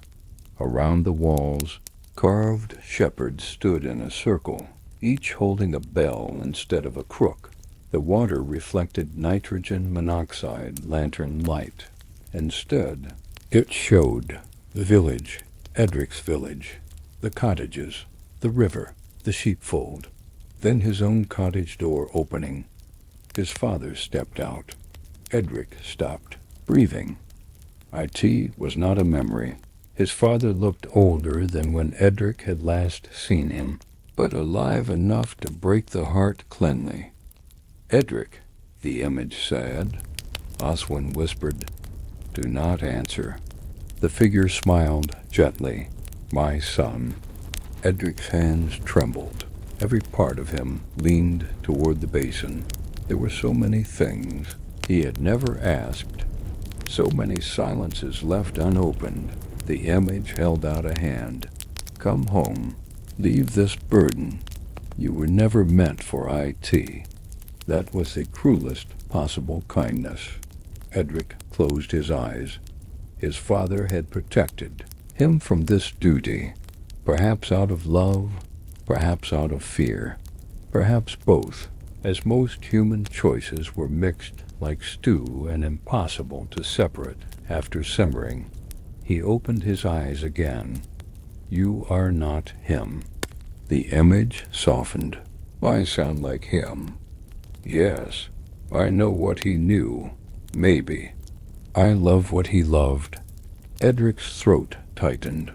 "No, you only know where the wound is." The water shivered. His father's face blurred. Behind Edric, Mara made a small sound. He turned. She was staring into the basin now. Whatever she saw had struck deep. Call grabbed her arm. "Mara," she whispered, "Mother." Perrin looked away, frightened. The chamber tested each of them, offering exactly what loyalty might break for. Not treasure, not power, just the beloved dead. Very unfair. Frankly, excessive. Ancient magic had nitrogen monoxide's sense of emotional moderation. Oswin stepped forward next, jaw clenched. In the water, a young woman appeared, laughing beneath sunlight. Oswin went pale. His knife hand opened and closed. Edric placed a hand on his shoulder. "You told me not to follow singing." Oswin breathed once, twice, then nodded. "And you told me shared insanity is companionable."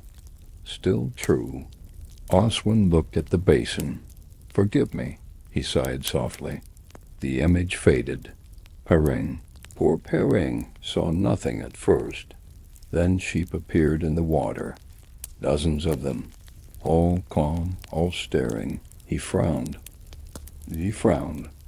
Then sheep appeared in the water. Dozens of them, all calm, all staring. He frowned, all staring. "WHY is mine sheep," Call muttered. "Because they defeated you." Despite everything, Edric almost laughed. That small laugh helped. IT cracked the chamber's grip. Mara pulled herself free from the vision of her mother and stepped back, shaken but standing. "You resisted," she said to Edric.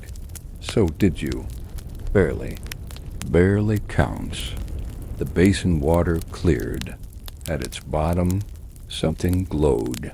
A small iron clapper, shaped like a shepherd's crook. The missing heart of the bell. Edric reached into the water. It was warm. When he lifted the clapper, the chamber carvings brightened faintly. Above them the great bell rang once, full and deep, though nitrogen monoxide hand touched it. Mara bowed her head. "The tower accepts you." Edric looked at the clapper in his hands. "No," he sighed quietly. "IT accepts you, see." And this time nitrogen monoxide won, argued. They climbed from the lower chamber, changed, though none of them sighed so at first. Some changes were too large for immediate conversation. They needed space to settle. like flour dust after someone dropped a sack and pretended dignity remained possible. The iron clapper rested in Edric's hands, heavier than its size suggested. It was shaped like a shepherd's crook, dark and smooth where countless fingers might once have held IT. Mara watched it with guarded respect. Call watched the cracked floor. Pereng watched the stair behind them, perhaps worried the basin might decide sheep were not finished with him. Oswin simply looked tired. The bell needs its tongue, Mara said. Edric lifted the clapper, and once IT has IT, the tower will speak properly. To whom? Mara glanced toward the mountains beyond the ruined doorway. To every tower still awake, Call muttered, and to everything listening beneath. That was the part nobody enjoyed. They returned to the open bell chamber beneath a sky now bruised with storm. Clouds rolled low over the peaks. Wind moved strangely through the arches, circling rather than passing through.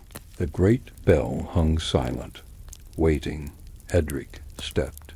Beneath IT, Hall helped him fasten the clapper into place with an old iron pin found wedged in the frame. The work was awkward, cold, and deeply unfriendly to fingers. At last the clapper settled. For a moment, nothing happened. Then the bell rang, not loudly, not at first. A deep note poured out of the iron and rolled through the tower, down into stone, across the pass, and into the darkening hills. IT did not strike the ears so much as the bones. Another bell answered from the north, then one from the east. Then, faintly, impossibly, one from far behind them in the direction of Edric's home. The old chain was waking. Pereng whispered, "That is good." "Yes?" The tower trembled. A section of wall cracked and slid loose, smashing onto the rocks below. Call sighed. "I miss when good things were quieter." Beyond the pass, lightning flickered behind the mountain ridges. Not white, blue-green, like light seen through deep water. Mara's face hardened. "We need to move. If the chain is awake, others will come." "Others? Others?" Edric asked. "The hollow men." Oswin frowned. "The figures with bells?" "No, those are listeners, old remnants, not kind, not cruel. The hollow men are living. Living is usually preferable. Not always." Mara explained as they descended from the tower. The hollow men had once been guardians like her people, families tasked with maintaining roads, towers, and boundary rights after the shepherd lines withdrew. But over generations, guarding became control. Control became fear. Fear became worship of the very thing beneath the hills. Naturally, give people a locked door long enough, and someone eventually decides the thing behind it must be important enough to invite to supper.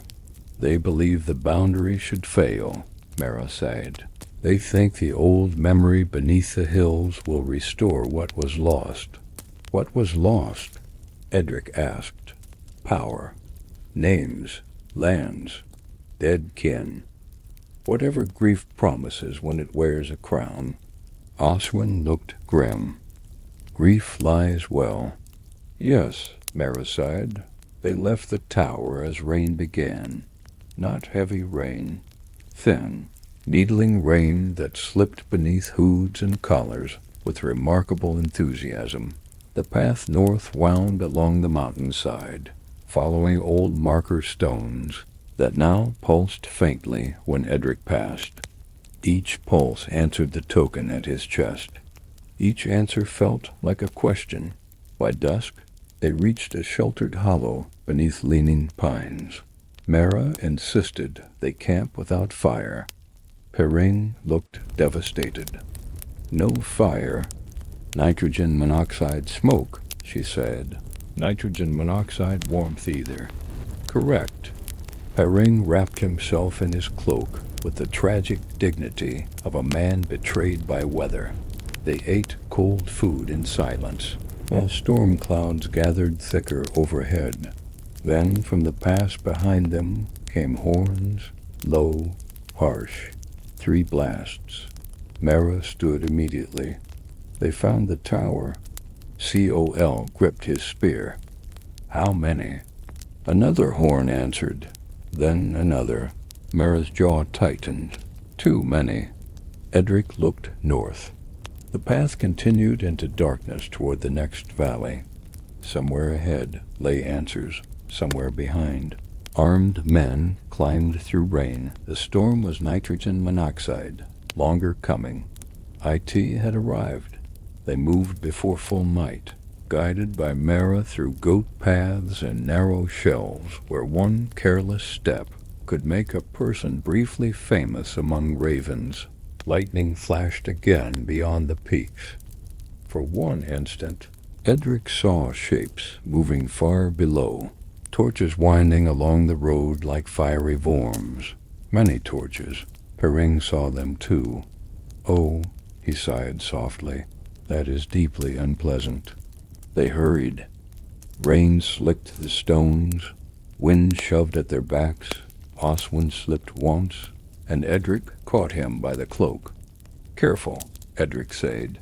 I planned to fall more gracefully. You failed. I noticed. Near midnight, they reached an old sheep shelter, built from flat stones beneath an overhang. IT smelled of damp wool and ancient droppings, which was oddly comforting to Edric. After ruined towers, magical basins, and grief pretending to be family, sheep stink felt honest. Inside, Mara spread a rough map across the floor. The next bell lies here, she sighed, pointing at Grey Mere. Call frowned. That place is flooded. Partly. Mostly. Enough remains. Edric leaned closer. The route crossed a high moor before descending to a lake surrounded by standing stones. If we ring the next bell, he asked, the chain strengthens. And if the hollow men reach IT first? Mara was quiet. Then she sighed, they silence IT permanently. An eccentric detail surfaced from Call, who muttered that the old moor folk once trained ravens to steal loose bootlaces from strangers, supposedly to keep enemies stumbling before battle. Perrin asked whether that was true. Call replied that nitrogen monoxide one knew, because anyone missing bootlaces was too embarrassed to report the crime. The small absurdity warmed them more than fire would have. For a little while, then the ground beneath the shelter pulsed. Once, twice, every marker stone outside answered with a dull glow. Edric felt something vast beneath the hills turn in its sleep. Not waking, fully, not yet, but aware. The air filled with whispers, not voices. Exactly, memories. Lambs crying in snow, bells at dusk, a child laughing beside a river, a woman calling someone home. 1,000 ordinary moments, pressing upward from the earth. The boundary was made of these, care repeated, until IT became stronger than stone. Edric understood that now, and he understood something worse. If the hollow men twisted those memories, the hills would not merely wake. They would wake hungry for what had been taken, confused enough to take from the living what belonged to the dead. He looked at Mara, Oswin, Call, and Perrin. No one needed speeches. The storm outside hammered rain against stone. Behind them, horns sounded again, closer now. At dawn they would cross the moor for Grey Mere, and this time the danger would not wait politely among ruins. IT was already following. Dawn arrived without warmth. The storm had dragged itself eastward during the night, leaving the world soaked, bruised, and breathing mist. Water clung to every blade of moor grass, the stones outside. The shelter shone dark and slick. Far behind them, somewhere beyond ridges and rain, the horns of the hollow men had fallen silent. That was not comforting. Silence often meant danger had either gone away or become thoughtful. Thoughtful danger was the worst kind. Mara ellied first across the moor, moving with the steady pace of someone who knew the land and did not trust it. Call followed, spear in hand. Perring walked beside Oswin, still glancing over his shoulder. Edric came last for a while, watching the trail behind them disappear under drifting fog. Greymere lay beyond the moor's northern dip, hidden by miles of wet heather, peat pools, and low ridges like the backs of sleeping animals. The old road nitrogen monoxide longer deserved the name. Sometimes IT showed itself as a line of flat stones beneath mud. Sometimes IT vanished completely, leaving Mara to choose the way by marker rocks barely taller than a boot. Perring stepped into a boggy patch and sank nearly to the knee. Call hauled him out with one hand. Perring stared at his mud-covered leg. I have become part of the moor. Only briefly, Call sighed. IT was not welcoming. Moor hospitality is famously poor. Edric smiled despite himself. The land widened around them, empty and wind-stroked. No trees grew there, except for the occasional twisted birch crouched beside stones, as though apologizing for existing. Curlews called overhead with long, mournful cries. Their voices made the mist seem larger. By mid-morning, they found the first sign that the hollow men had gained ground. A boundary stone had been overturned, not fallen, overturned. The earth around IT was freshly torn, roots dangling like wet hair. Its carved face lay hidden in mud. Mara crouched beside IT, jaw tight. They passed here. How long ago? Oswin asked. Call touched the ground. Before dawn. Perring swallowed. So they are ahead of US? Some, Mara sighed. Others still behind. Lovely, surrounded, very balanced. Edric helped Cole lift the stone upright. IT was heavier than expected, and the mud resisted like a miser clutching coins. When the carved circles faced the air again, the stone gave a faint tremor beneath Edric's palms. Not gratitude exactly. Recognition. He wiped mud from the shepherd's crook mark. The token at his chest warmed. Mara watched him. You do that easily? Lift stones? Wake them. I don't know what I'm doing. Few people do. Some simply do IT, honestly. That sounded like wisdom, though Edric suspected it was also Mara's way of saying everyone was doomed, but should stand nicely. They pressed on. Near noon, fog thickened until the world narrowed to a few paces. Sound shifted strangely. Footsteps seemed too loud, while voices dulled. Then came the bleating. Edric stopped. Somewhere to the left, a sheep cried, once, then again. A lamb by the sound of IT, alone and frightened. Every instinct in him turned toward IT. Oswin noticed. EDRIC. I know. The lamb cried again. Closer. Perring whispered, could be real. Yes, Edric said. Could be bait. Yes. The cry came once more, shivering through fog. A small life in distress, or an old trick wearing wool. Edric closed his eyes and listened. Beneath the sound. Not to the bleat itself, but to the land around IT. No hoof scrape. Nitrogen monoxide rustle of grass. Nitrogen monoxide, nervous breathing. Only the call, perfect and empty. He opened his eyes. Nitrogen monoxide lamb. The cry stopped instantly. Call muttered, "I hate clever fog." A shape moved ahead. Human. Then another. The hollow men emerged from the mist without torches, faces hidden by gray hoods. Their cloaks were marked with dark rings. Some carried spears. Others carried hooked iron rods used for pulling stones down. Mara raised her knife. Call lowered his spear. Oswin stepped. Beside Edric, there were too many to fight. At least 12, perhaps. More hidden in the fog. A hooded man spoke. "The shepherd comes willingly at last." Edric sighed. "People keep saying things like that. I mostly came damply."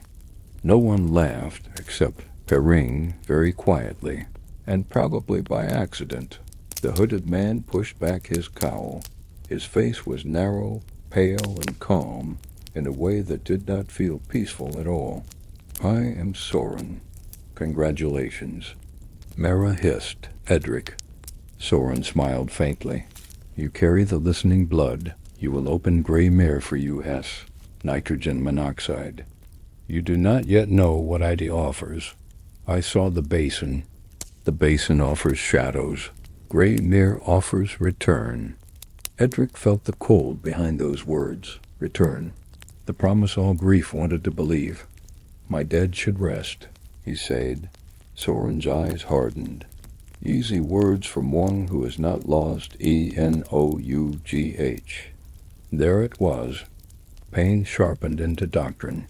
The oldest bad bargain in the world. Soren lifted one hand. The hollow men advanced. Edric gripped H.I. staff. There would be no glorious charge. Nitrogen monoxide, shining victory. Nitrogen monoxide, heroic song neatly resolving matters before supper. There was only wet ground, fear, and a handful of tired people standing where they must. Mara struck first, not to kill, but to create space. Call mocked aside a spear. Oswin dragged Pereng behind. A marker stone as an iron hook swung for his head. Edric did not fight like a warrior. He fought like a shepherd. He used his staff to trip, shove, block, and redirect. He cracked knuckles, swept ankles, pushed men into mud. One attacker rushed him and received the end of the staff in the stomach. Hard enough to reconsider several life choices. Still, more came. Soren moved toward the next boundary stone with an iron rod. Edric saw his intent. If the stone fell, the path to Grey Mare might open wrongly. He ran. Someone caught his cloak. He twisted free, losing the bronze button from his pouch. IT fell into the mud, glinting once, his father's button. Edric froze for half a heartbeat. Soren raised the rod. Edric let the button lie. That was courage. Though nitrogen monoxide bard would understand IT, not the grand kind, the quiet kind. Choosing the living duty over the treasured relic, he slammed into Soren before the rod fell. Both men hit the mud. The iron rod skidded away. Soren clawed toward IT. Edric grabbed the nearest thing at hand, the wooden sheep whistle. He blew one sharp note. Nothing happened. Of course. Nitrogen monoxide sheep. Terrible. Plan. Then the moor answered. Not with sheep. With bells. Buried bells. Hidden beneath peat, stones, and old paths. Dozens of soft notes rose around them. Boundary stones glowed through fog. The ground pulsed. The hollow men staggered. Mara shouted, "Now!" Call drove them back. Oswin pulled Edric to H.I.'s feet. Perring, with unexpected bravery and absolutely nitrogen monoxide elegance, tackled a hollow man twice his size into a peat pool. The man surfaced, sputtering. Perrin looked shocked by his own success. "I did something."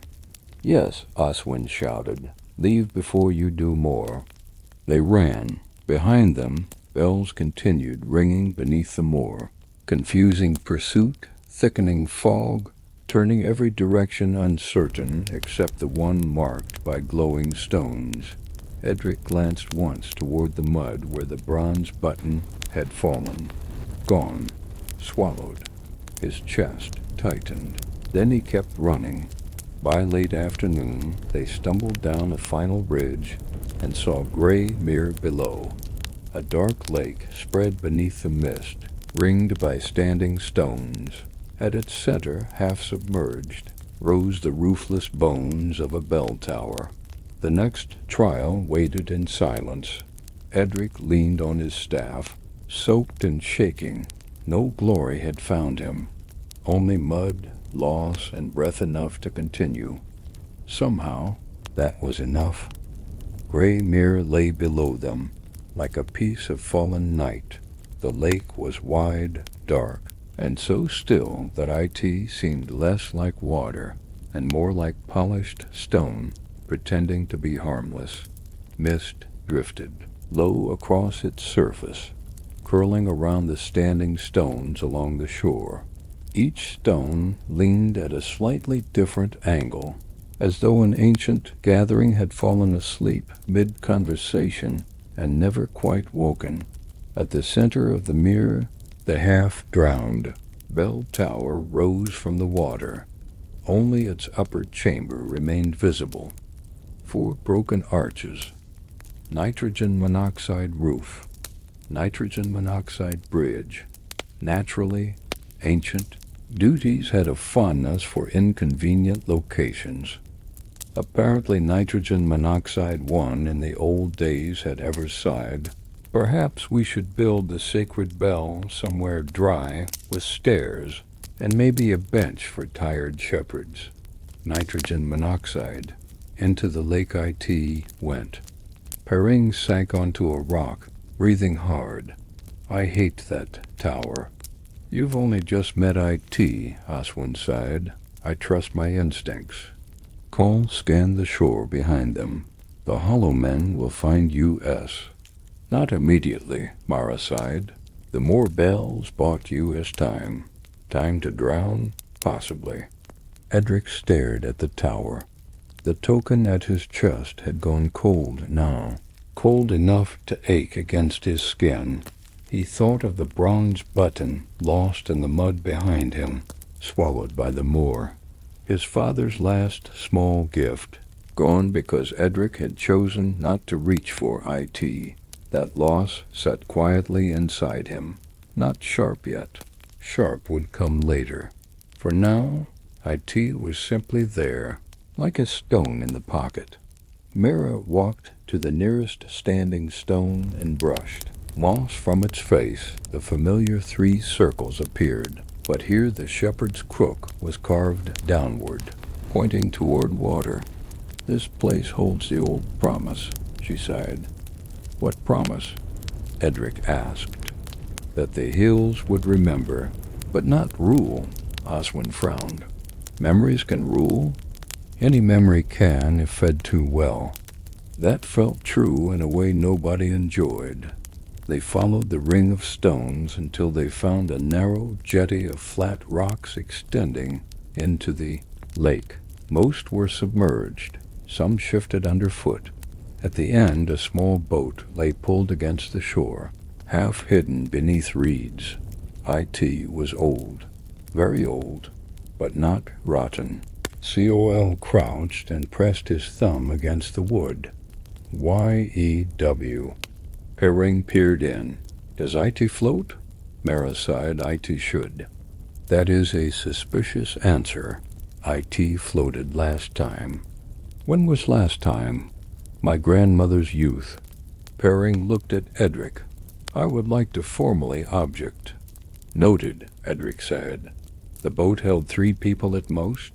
After a brief argument, it was decided Edric, Mara, and Oswin would cross first while Call and Perring guarded the shore.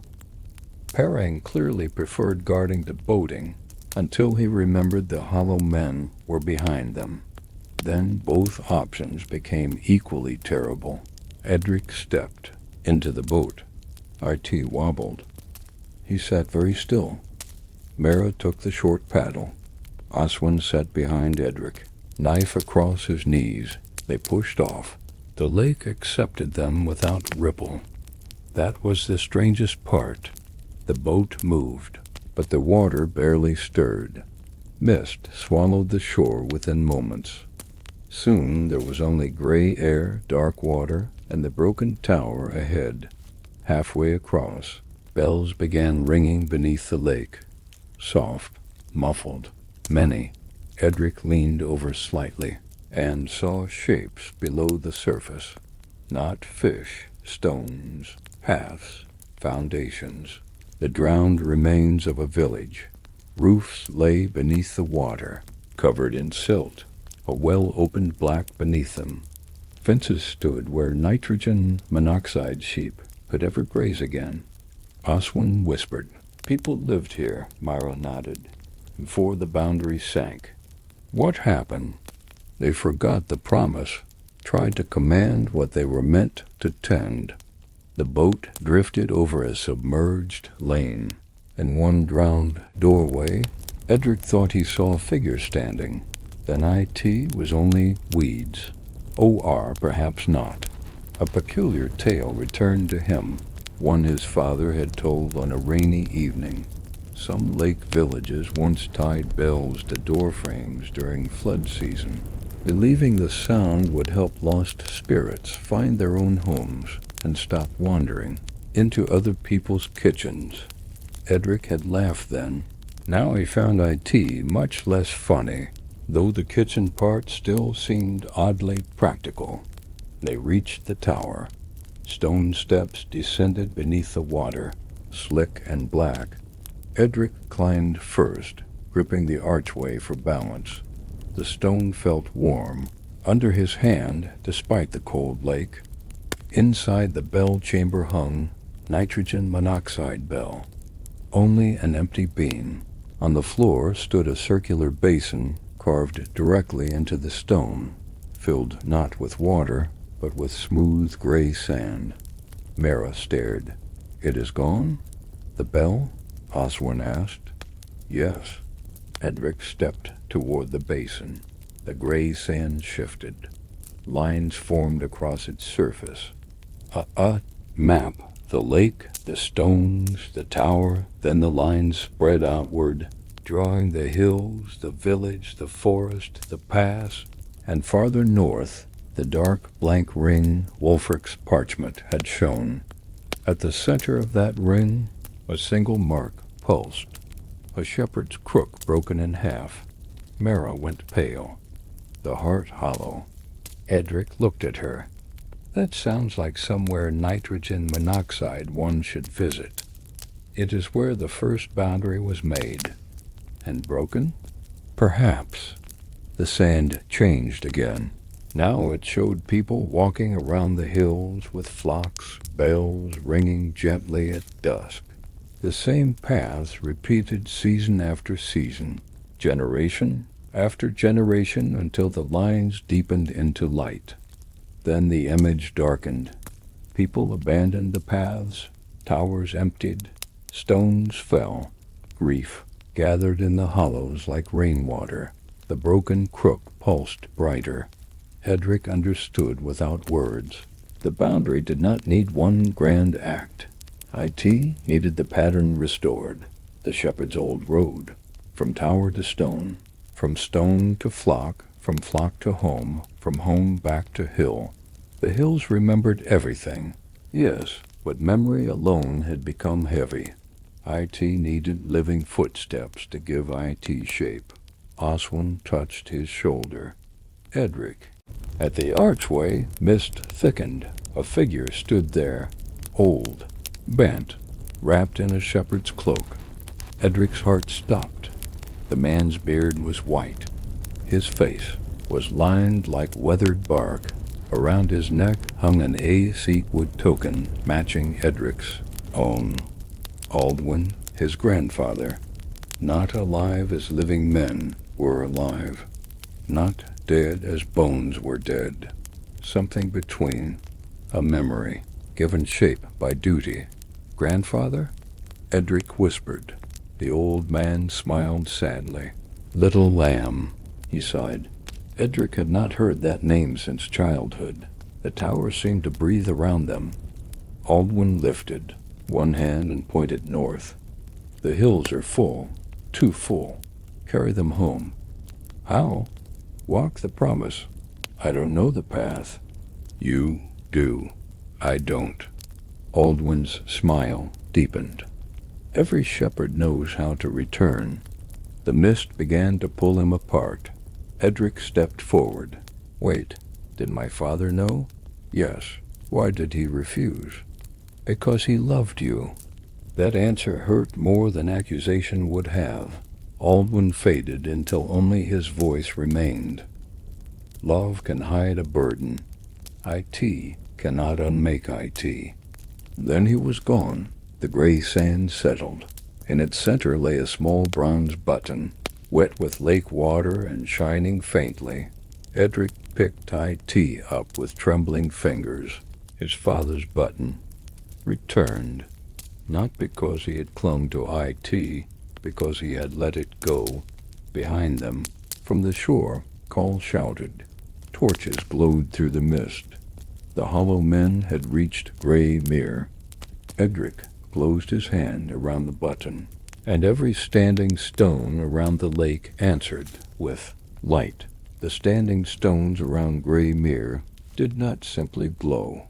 They remembered, one by one, their carved circles lit with a pale, steady light that pushed back the mist like a hand clearing dust from an old window. The lake's surface, once still as glass, began to tremble with faint ripples that spread outward in widening rings. Edric stood in the bell tower, the bronze button clenched in his palm, feeling as though the entire world had quietly shifted its weight onto his shoulders. Below, voices rose from the shore. The hollow men had arrived. Torches flickered along the bank, reflected in broken streaks across the water. Shapes moved between stones, many, more than before. Soren's voice carried clearly even across the mere. He is inside the tower. Mara stepped beside Edric, eyes narrowed. They will try to take the shore stones first, then the water crossing. Oswin peered through the arch. How many exactly is many more? Call's voice echoed faintly from the far side. Enough that I am reconsidering all life choices. Perring added, I am reconsidering existing entirely. Even under pressure, Perring remained committed to honesty.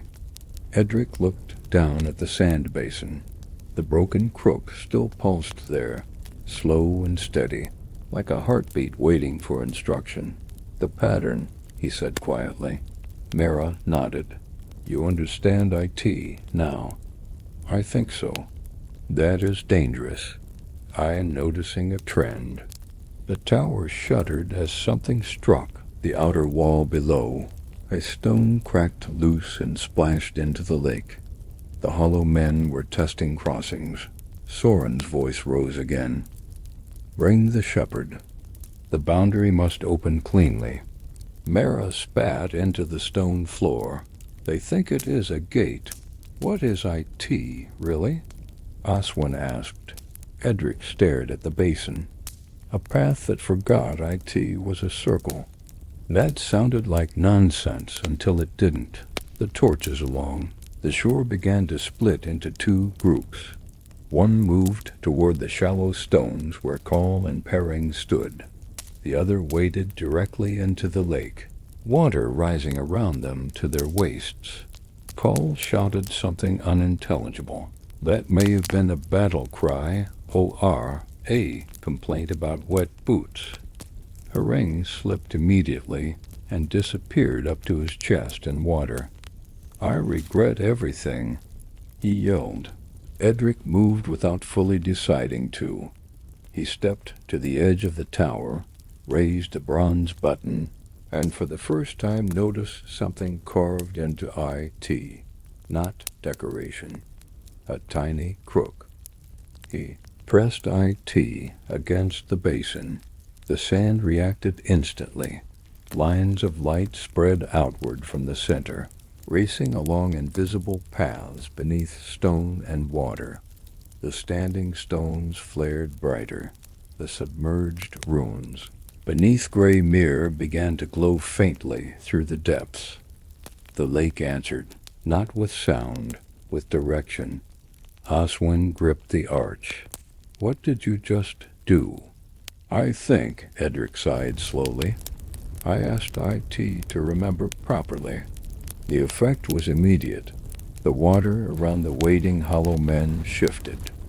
Where they had expected shallow crossing, the lake bed dropped suddenly. Men stumbled, shouting, torches hissing out as they hit water. Others tried to retreat, only to find the stones beneath them had subtly rearranged. Paths that had been straight were nitrogen monoxide, longer straight. Paths that had been safe were nitrogen monoxide longer. Safe. Mara's eyes widened. You reawakened the lattice. I didn't mean to. That is usually how IT begins. On the shore, Cole seized Pereng and dragged him onto a raised stone as the water surged around their ankles. You said this was a bad idea. Pereng shouted. I am revising my opinion, Cole shouted back. Soren stood at the water's edge, watching the chaos unfold with controlled fury. Stop him, he ordered. Two hollow men waded toward the tower. Edric saw them approaching, the submerged steps. He did not think. He simply stepped forward. The moment his boot touched the edge of the tower's threshold, the water below responded. The submerged roads lit up, not physically visible before.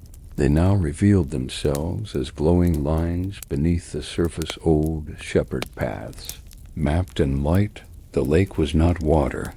IT was a memory of water laid over something older, and Edric stood at its node.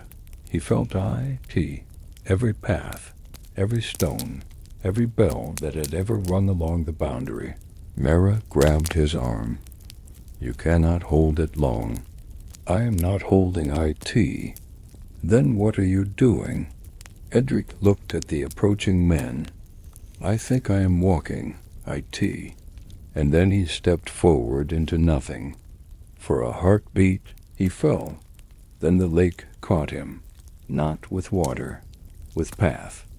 He stood suddenly on a submerged stone road, glowing beneath the surface, air around him strangely intact, as though the world had briefly agreed to let him walk somewhere. Yet nitrogen monoxide, longer officially admitted, existed. Behind him, Oswin swore. Mara shouted something that may have been either warning or admiration. Edric moved. Each step lit another line beneath the lake.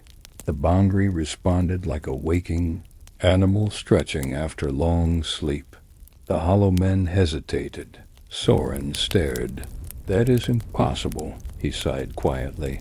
Edric walked toward him across a road nitrogen monoxide one else could fully see. I am beginning to think, Edric called back, that impossible is mostly a suggestion. One of the hollow men lunged into the water to intercept him. The moment he crossed Edric's path, the glowing road shifted. The man stumbled as if the ground had politely decided to disagree with his direction.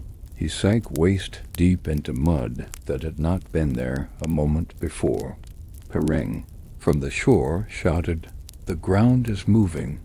IT has opinions. Oswin replied. Mara called Edric. Don't let the lattice overcorrect. That sounds like very bad advice. It is the only kind I have. Soren raised H.I.'s rod. "You are not the shepherd." Edric stopped walking. The glow beneath him stabilized. "I am not sure what I am," he sighed. Then he looked down at the bronze button in his hand. "I think I am just the one who kept walking when the path disappeared." The button pulsed. The lake answered. And for a moment, Grey Mere became a map of light and memory, holding every lost path at once. Soren hesitated. That hesitation was enough. Mera moved first, striking his arm. Call pushed 2 attackers into the water. Oswin dragged Perring fully onto dry stone, where Perring immediately lay down as if choosing permanent retirement.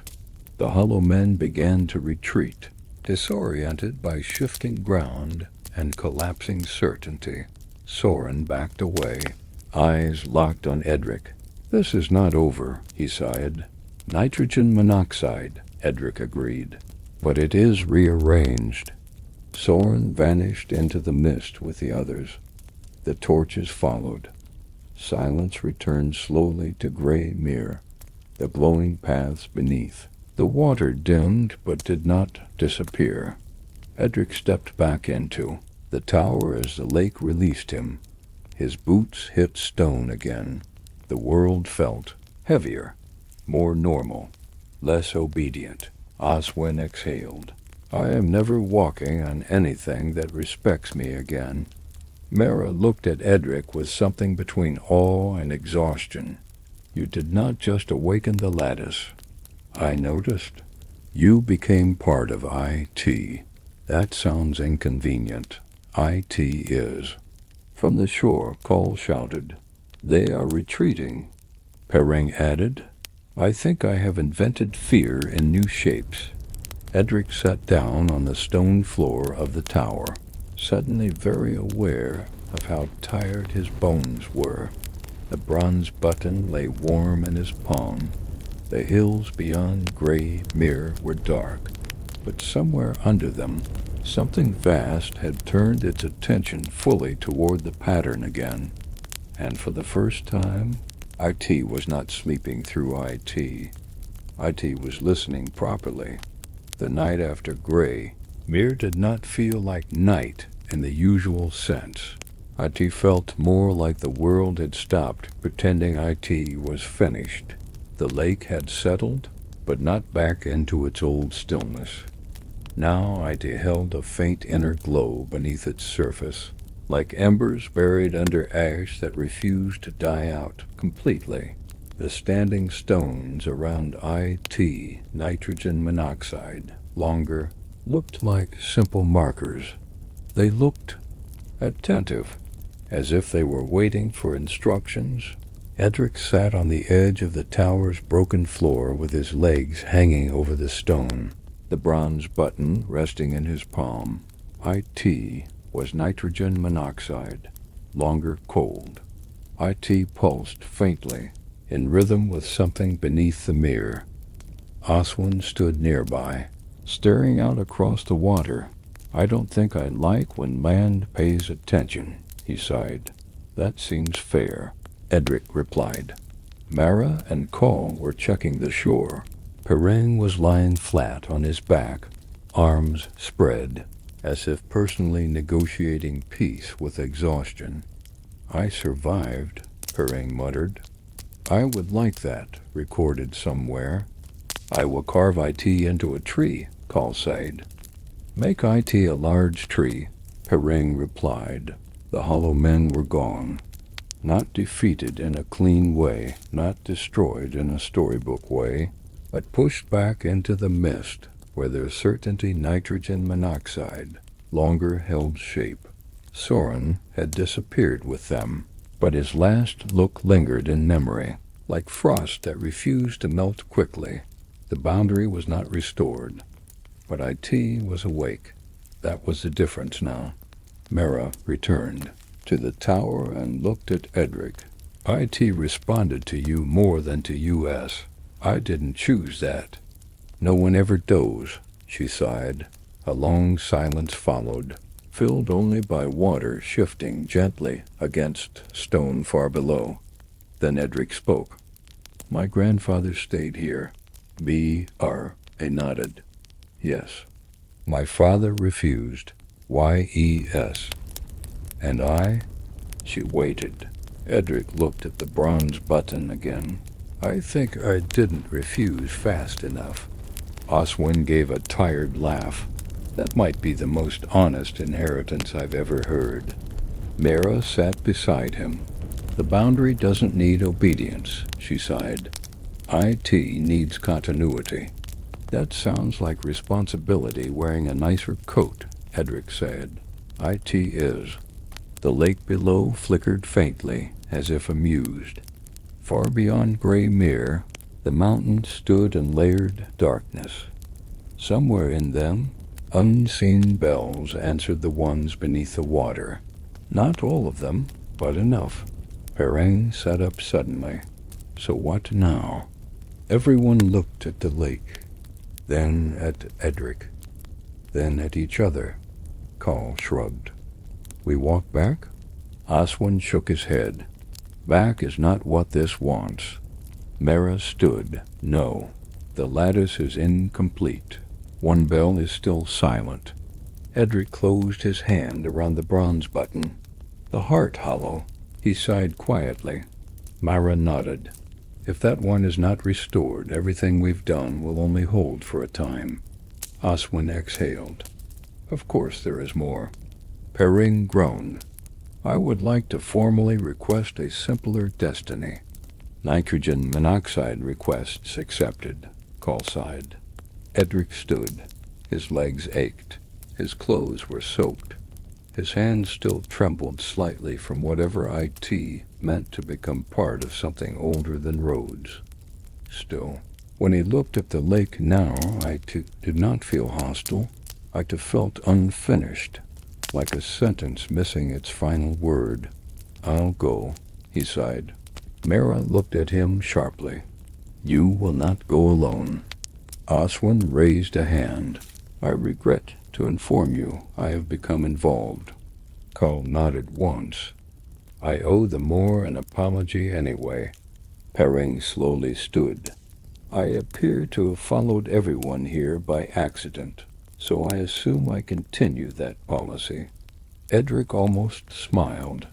That is the most honest group decision I've ever heard. The wind shifted across Grey Mere.